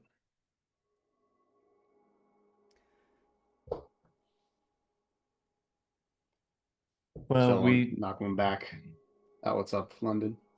haven't been killed yet, but what is the next steps here? Are we going to go down south, check out the Ica situation, report back, and then head across to the Seer? That seems like maybe the less deadly of all options. Sounds like whatever's going on in the spawning trees is a bit above our pay grade, so I think we can do some light reconnaissance and just move on and keep going to this diviner. Is acceptable to me. Is it good? Agreed. I was just gonna say my fear is that we will find this diviner who will do nothing more than send us on our next wild goose chase. Gods know whether or not she probably doesn't have astral pistons and mechanisms and arcane artifacts at her whim. So just wanted to enjoy the company and one last night of respite before it's right back to the mission. But I don't think that we'll be back for some time. Speaking of night, Gauntlet, should we send a message up to Oh yeah, we said if Okay, you don't I'll hear do from that. us within a 10-day, we're gonna be dead, right? Good point. That was the Doom, before the Doom run, though. That was only like a day ago. Yeah, but before we go to rest, we might as well use the resource now. Sure, just say it. Alright, yeah, I didn't prepare it today, but we can do that tomorrow. Okay. Never mind. As you guys are talking, a Cambion devil with an eye patch and a stump arm in a tattered military uniform. It's so worn that it has holes in it. And like the metals are hanging loose. And this dude is sloppy drunk. And he has like the 5 o'clock shadow growing in. And he's old, very, very old. And he leans on to London. And he'll say, "You ever seen a devil drown? Batar's Trench, there we were. Whole company holding the line against Yanagu's horde. Vrox and Garistros tearing right through us. Legatus says, open the gates. Let the sticks flood the field, he says. Drown the demons, he says." He leans in real close where his lips are inches away from your face. His breath smells awful. And he's like, "It didn't work." He's getting spit on you. Watch the whole battalion of devils clawing at each other's backs, trying to climb out, fighting for their own names the second it hit them. Whole chain of command lost in the water. No orders, no rank, just chaos. And he just starts rambling on and on about this. I was on the ridge, you know. He's like telling this whole war story, just leaning like London. You were almost falling out of your chair. Yeah, I'm This trying to guy's just leaning like on you, so- sink into the wall as much as I can here. Sure. Yeah, but this guy's just telling some war story. Ophelia might kind of lean over the bar and say, where'd you say that was? The tar pits? He says, Batar's Trench! Batar's Trench. And, whole battalion of devils, war machines and all? He leans off of London and he staggers over to where Ophelia is and he grabs you on your shoulder and he says, this was before the war machines! Yeah. He was like, we had to fight things with our hands, you know, and he like goes through this whole fucking spiel. Yeah. Rip the Centurio in half! I love this guy. Yeah. He's You know, old. I'll buy him war a vet. glass of the cheap stuff. Oh, really? Yeah, he's you so know. fucking thankful. Got that one crazy eye. Oh, yeah, he does. Yeah, he's just a retired, like an old war vet. This is the kind of people that are left behind. Yeah, you know, soldier to soldier. Gotta Sure. have some respect. Sure, he retells the exact same story to you. In the same way, like he's told it a bunch. Savvy is seconds away from telling him to get the fuck on.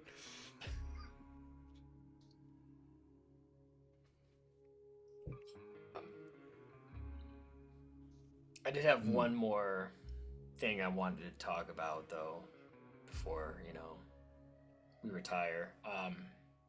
Zariel knows we're here, and she must have some inkling of what we're doing now that she knows. I don't disagree with Ophelia that we should send a message to Marshall, Older Ravengard, but with everything we do, every message that's telepathic, we risk letting her listen. Maybe we should go give him an update that we're alive and we have a heading, and not say where it is, but just go radio silence, and they're on their own until we are ready to rejoin them. Buys us a little time at least.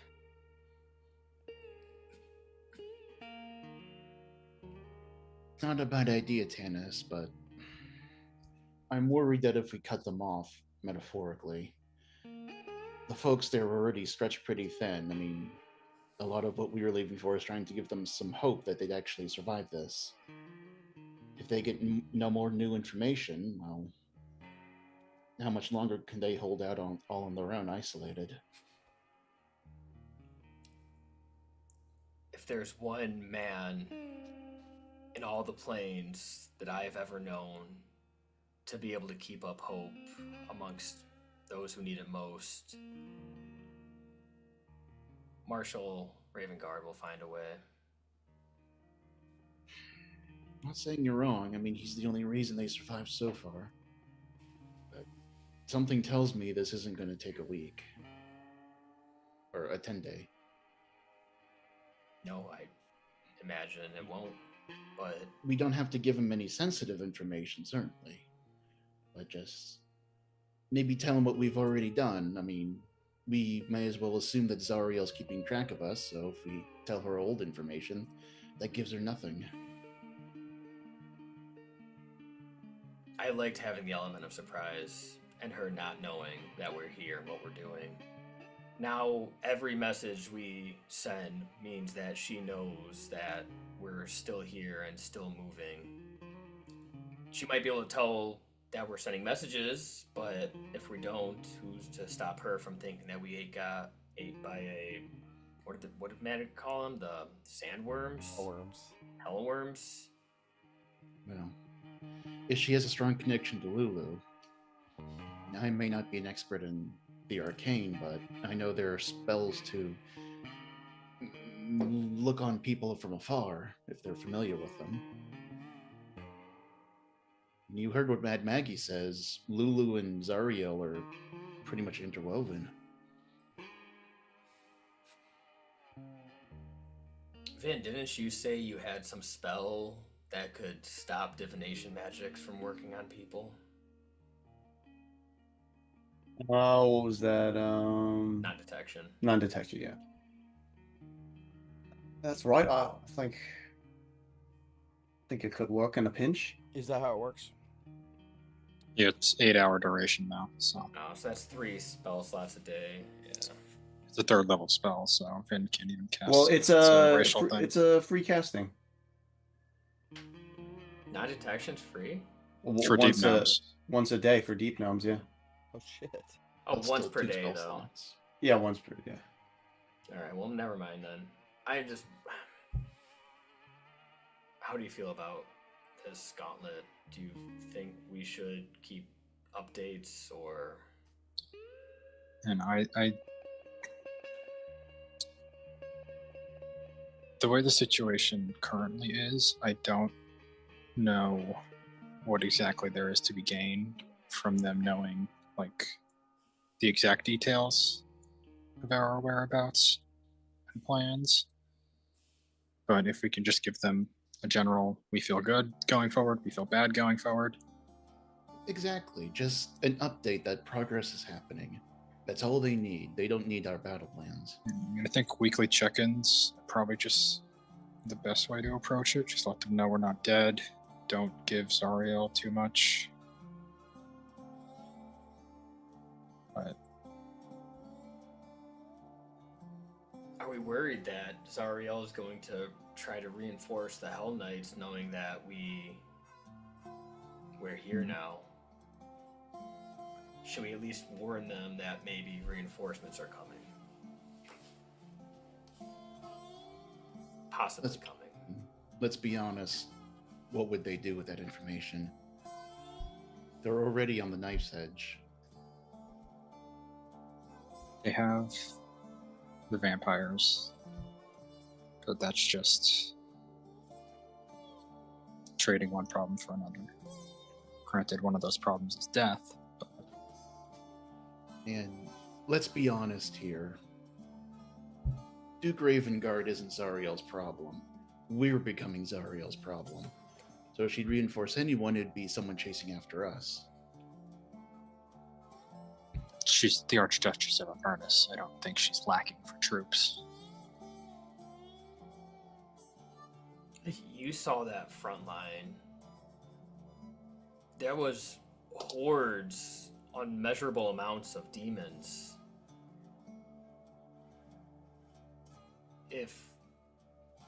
I disagree. I don't think she has just an unlimited amount, but not enough that she couldn't reinforce the Hell Knights and Elturel.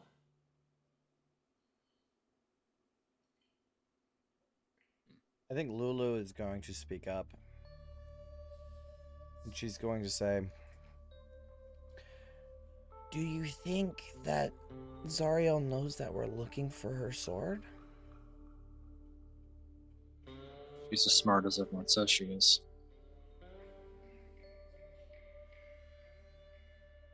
Well, I guess the question is, does she recognize us? I mean, she knows what we look like, but does she know I'm from Elturel and you're from Baldur's Gate? Does she know we were with you, Lulu? I mean, she may have an inkling that we're connected to Lulu somehow, but...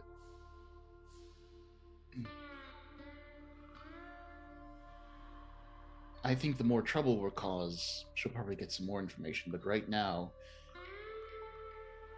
hazard to guess we're just some strangers that popped into her peripheral vision.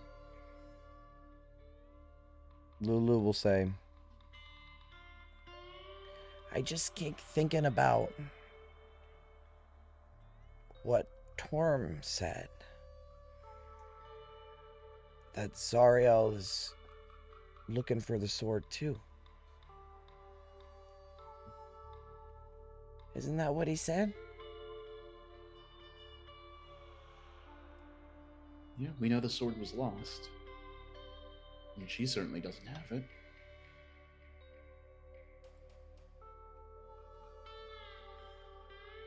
he finds that before we do, I mean, everything's lost, so that's where I just feel as if it was best if we didn't. If we do have to send anything, even if it's just we're alive, that should be all it is. Yeah, we're alive. We're looking for a solution. We're on the path. Don't have to mention the sword. They already know what we're looking for. So I mentioned it because I don't know what she would do. But I think if you guys need me,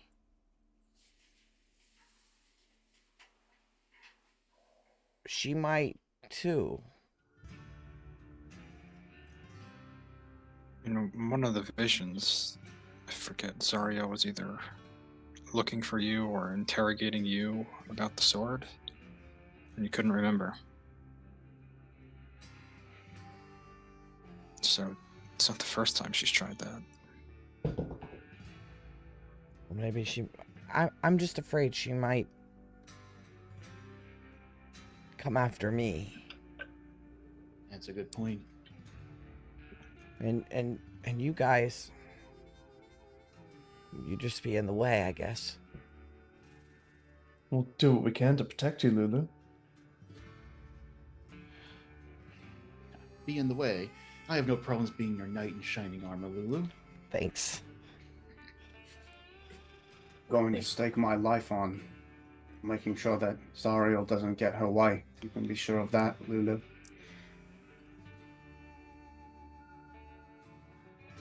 I think she would do if she found you, Lulu. I don't know.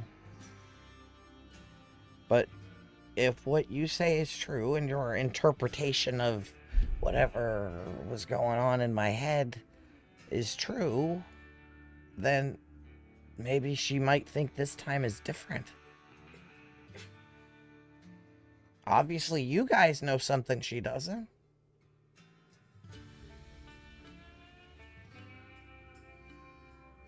What would you do if we found Zariel? Do you still love her? I don't know. It's hard to say. She's not Zariel anymore. Not the one I knew anyways. Heck, when I remember her, I remember her as a beautiful angel and a strong, devout, loyal. And now,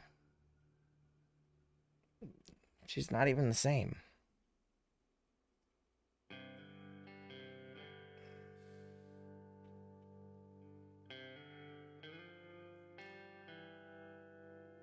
Well, I just want to make sure that if the time comes for a difficult decision, that you're prepared to face the devil herself. Lulu almost immediately tries to put that out of her mind. That is something that is so conflicting to her. That it's really hard for her to, like, even want to think about. I try to be optimistic, but at a certain point, facts are facts. If we're in the same room with Zariel, we're ants under her boot. For now. There's nothing we can do. Very true. This is a near God level power that you're dealing with. So this is a game of cat and mouse, and we are the mice. The only chance we have against her is finding the sword before she does. And even then, that's on the hope that the sword will be enough. The only hope we have right now. Well, I suppose I have one other, but try not to think about that one.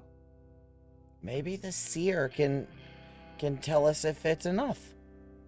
Right? Maybe. She is truly a powerful diviner. By She- the way, go ahead. She might even know where the sword is. That would be awful convenient. That would be nice.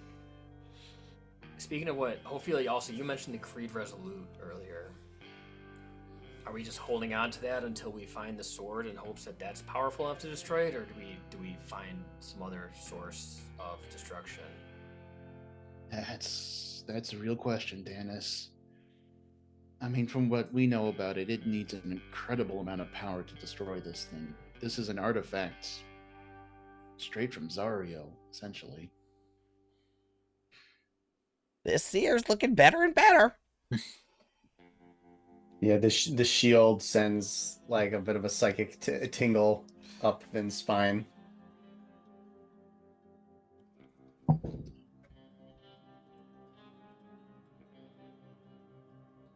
Let's see what the seer says.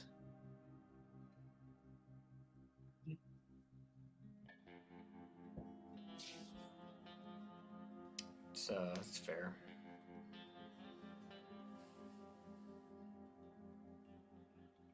Here's another question that's been on my mind while we're grappling difficult questions.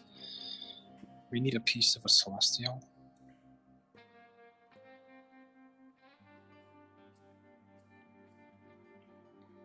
How big of a piece does it have to be? It's pretty unclear. Yeah. I mean, she said But like it a has- shard of a crown or a feather. It doesn't seem like it's not like a full artifact. It's more like just a chunk of something. Yeah, like a feather from an angel's wing and a piece of their halo seemed like wildly different power levels. Mm. Like, I don't think you can get a piece of their halo while they're still alive. But And you, maybe you a can't devil kill has- an angel, not in Celestia. No, but down maybe here? a devil has a piece of trinkets or spoils of war. I will say, the more powerful the object, like she did request a halo shard first, right? Like, or a unicorn horn. Those are fine. Those are what she wants. If the level of which you get the object will affect what happens. So if you do only come back with an angel feather, it might burn up within the first couple of minutes, and then you got to figure out, deal with void sludge or whatever else. Right, but plugging Lulu's ears for a second, if the last thing we need is a piece of a celestial, are you suggesting that we take a part of Ophelia, Lulu? No. Okay. I'm concerned about having to kill a celestial to get it. Also, good luck with that, Tannis. I'll shove you back in that amulet if you try. I was clarifying what we were talking about. I would never suggest amputating one of Lulu's legs for the ritual. Legs. Anything. I was just making sure that we were all clear that we weren't going to try to sacrifice a part of Lulu for the ritual. That's absolutely not. Okay. Lulu's humming, because you know how it sounds funny when you cover your ears and hum. Making sure we're all on the same page. I mean, this is a complete long shot, but I can't imagine Zariel has a halo anymore. But wherever it could have gone, probably just as lost as the sword. Yeah. Well, I wouldn't mind clipping a few of her wings off. But I don't think I want to get close to her just yet. Not until we have a better plan. Agreed. But August brings up a fair point. Where do we find a celestial in these wastelands? I'll just have to leave that to the seer. A piece of a celestial. I mean, there's certainly been enough wars down here. Certainly something's been left behind. But you know what? I just had a really bad idea. I feel like we saw a unicorn in 4 Knucklebones. Did you? Did we? That was a baby unicorn, yeah. It didn't was a have a baby. horn yet. Okay. All right, so we've raised it for several decades. It wouldn't have the level of power, but yes, you did see a unicorn. You're absolutely right. So there might be some unsavory menagerie, like people selling celestials and stuff. Yeah, I mean, maybe we don't get the unicorn horn. We just toss the entire baby unicorn in. And, it's same. Is this what you talk about when you're drunk, Dennis? I mean, I've had 2 drinks. Very That's strong like drinks. 9 on the material. Yeah. Did we see that unicorn in that like underground You did. market? You did. yeah. Yeah, that makes sense. Yeah, what was that place called? The Crags. Yeah, but it's below the crags. It's called the... Wait, what was that called? Like the drop, the pit. The drop! something like Yes, the Drop. drop. But something tells me a baby unicorn isn't going to be enough. Even full. that. All right, well, this is just getting morbid. Can I uncover my ears now? I remove my Yes. fingers. Ooh, that cog box is going to be hard to find. Just want to make sure we're on the same page before we jump out into the waste. And share one last drink together. Before we're all killed in this hellscape. Should we buy something for the road? A couple of bottles to tide us over.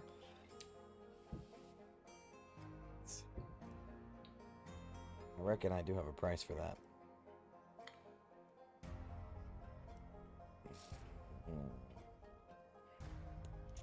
Because I That's got actually a good point. price for everything.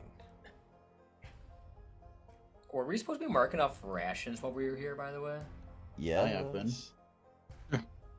Yeah. Unless we bought food, I have been doing one a day. How many do you have, Ophelia? Because I'm probably 21. Alright. Where is it? Yeah, I have. I've not been keeping track of the rations, but I've been keeping track of the days. So, yeah, we've been in Avernus for 14 days. If the calculations I did were, yeah, should be 14. There we go.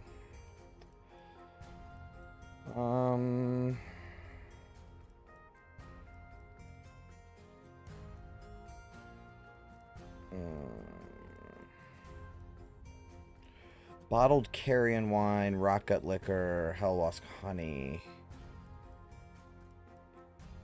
Bottled carrion wine. How much is wine in the PHB? I think there's like 150% raise on it. Common wine is 2 silver pieces. Okay, so it's gonna be like quite a few chits. Let me see if I have Worth it. anything in shithole.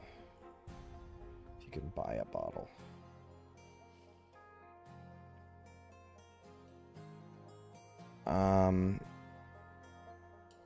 For something for rot gut for a bottle, we'll say it's like 12 chits. It's the cheap stuff, but it's made from the rotting charback flesh. So you know the cow things. It smells like death, tastes worse. But that's the kind of stuff they have in bottles that is like sellable. Yeah. Everything else is like beer. I'll do 4 bottles. That should get us to 100 chits even. Okay. So that was the. Sorry, say the name again. That's rot gut. Rot gut grog. Bottle. Okay.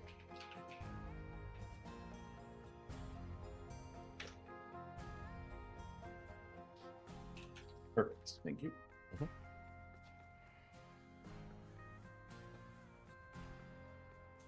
Okay. Anything else? Anything you guys want to talk about? What do we want to put in the message to Raven Guard. Well, I think we agreed that we wouldn't be not too descriptive, right?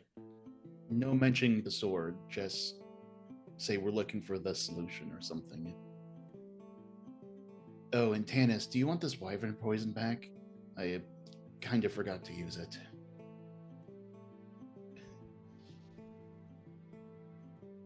Did you say something? I think you might have been muted. Me? Oh, no, you weren't. I just didn't hear what you said. Oh, I said it was a gift. Oh. Use it. Oh. Yeah, that's...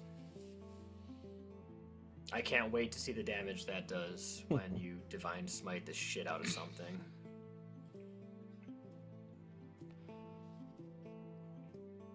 It's probably going to be plenty of opportunities for divine smiting stuff. Well, only one a turn now. Yeah, you remember when you guys were like, oh man, the random encounters just don't have any weight to them? You guys remember that? Who said that? Who said that? You guys did! I would never. Is that before or after London almost got carried off by Hell Lost? Yep. Yep. That would be before.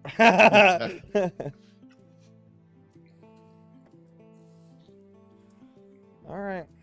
If there's nothing else at the shithole, you guys can head over to the Magpie's Roost. I mean, you can get a drink in again, I guess. You'd spend another... get a regular mug of shit if you want. Oh, well, you just bought a bottle, so you can sort of bust that out a little bit and drink that. Yeah. So, do you guys want to head back to the Magpie's Roost? Yeah? Okay. I'll say that the rest of the time being awake can be spent getting familiar with the war machine, like driving it and sort of loading your gear on it and, you know, getting ready, I guess. Like, what else? I mean, you're about to fucking plunge into the real wastes. Like, you guys got a very small taste of it getting here. So, I've joked about this before, but should we try and actually teach Ophelia how to drive the war machine? She does have proficiency in land vehicles, right? So she would that's a be horse, right? Yeah. Does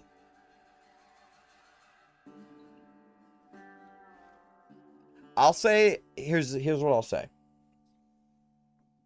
Until someone with proficiency teaches Ophelia how to drive, then you're both kind of in the same boat, right?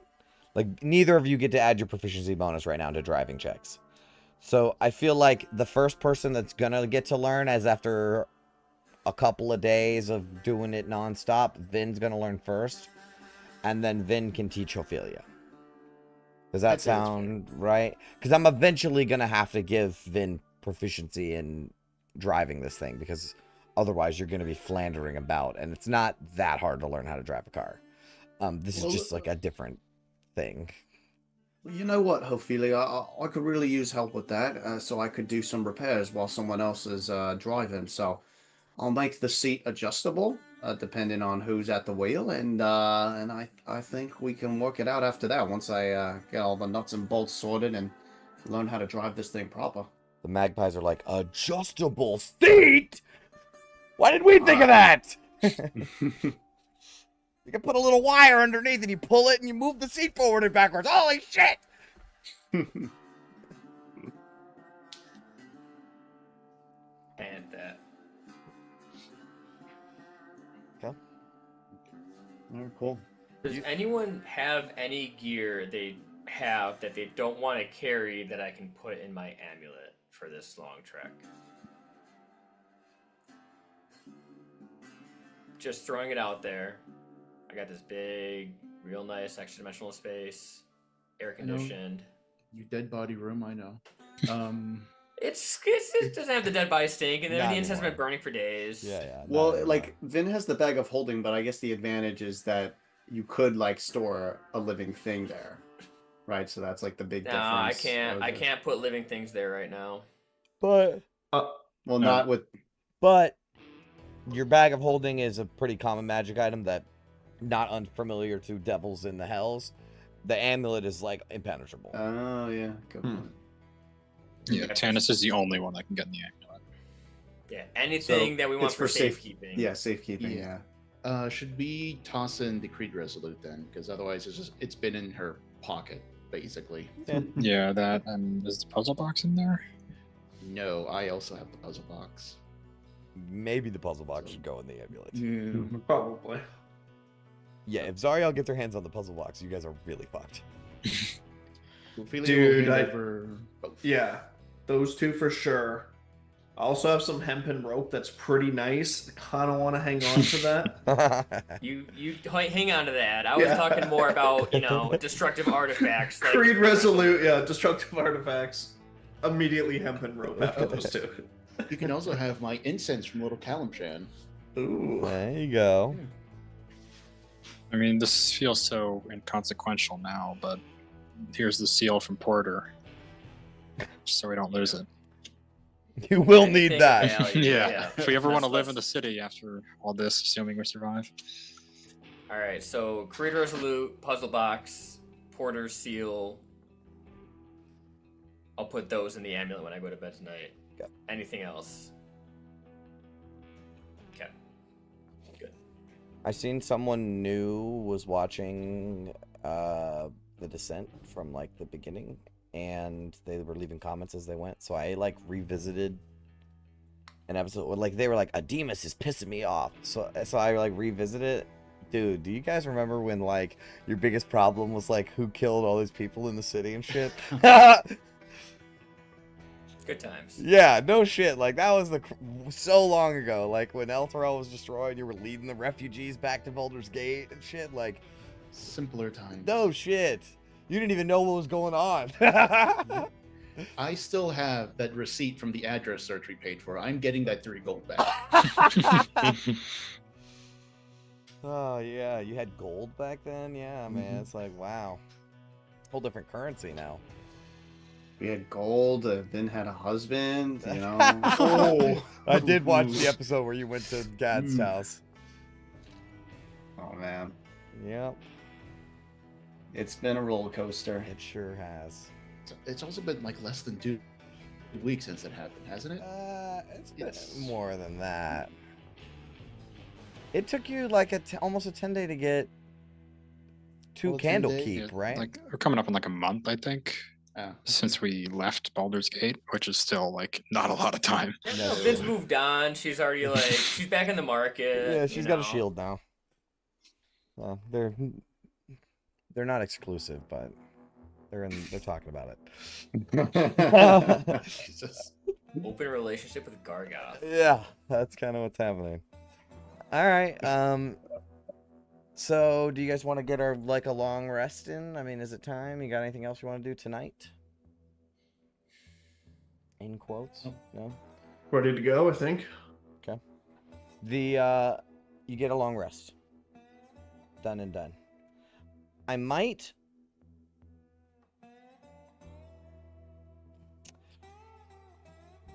Then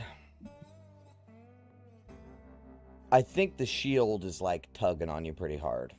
I don't think it has anything to say right now, because I don't have anything for the shield to say, but it does kind of like it has some things it wants to talk to you about. Yeah, again, I think she was like sensing it, like when we were talking about things in the shithole. Yeah, it was listening. Okay, cool. So you guys wake up in the morning, and it's like you're ready to head out of here, huh? Leave the fort. Damn. Okay. The magpies are kind of sad to see you go. The other thing is, Gunner's not back yet. He didn't come back, so hopefully that worked out for him. One of the magpies, as you guys are loading the war machine, you're getting ready to head out. Chukka will say, "Mighty fine piece of junk you got there." And the other one will sort of, tap Ophelia on the back and say, runs hot, runs fast. That's the plan. But I'll be missing you lot. Take care of yourselves. I'll slap one of them on the shoulder and just be like, wasn't red when we found it. Wasn't right when we found it. That's exactly it. Another one will be like, you're all right, little birdie. You're all right. 3 knocks, then open. We'll come back to see you, and hopefully this time Django isn't going to destroy your shop.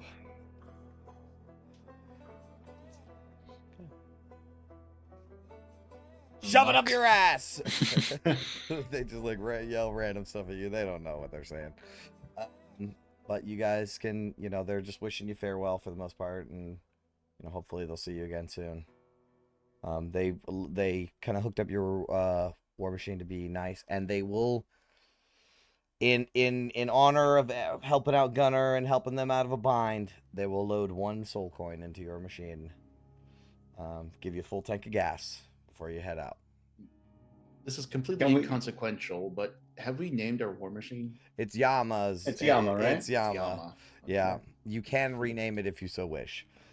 That was what Gunner named it, but it's your war machine now, so if you add any cool modifications, you can name it. But okay, are you guys ready to head out into the wastes? Yeah. All right. Let's do this. You guys Go. drive through Rustfinger, and as you're making your way through, people recognize Yama, right? And you guys still have the stamp, like that's going to be forever on your machine. There's a stamp on the hood of the machine that says 2nd place.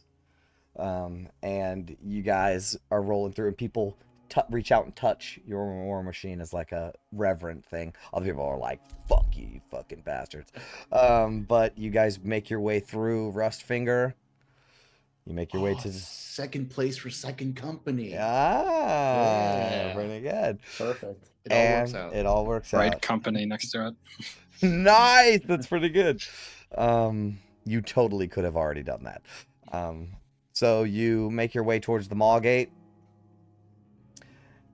and you head out into the wastes as a trail of dust kind of kicks up from behind you. And I'm gonna end the session there. It's a little early, but I think it's a good stopping point. Fair. So you guys head out into the wastes, a brand new day, and we will begin the hex crawl next time. I can, though, give you sort of an idea of how the hex crawl is going to go. So there's going to be a procedure for the hex crawl. And I can go ahead and pull you over the map. Just to kind of familiarize you with it so that, I'll explain it again next week, but just so you guys are aware.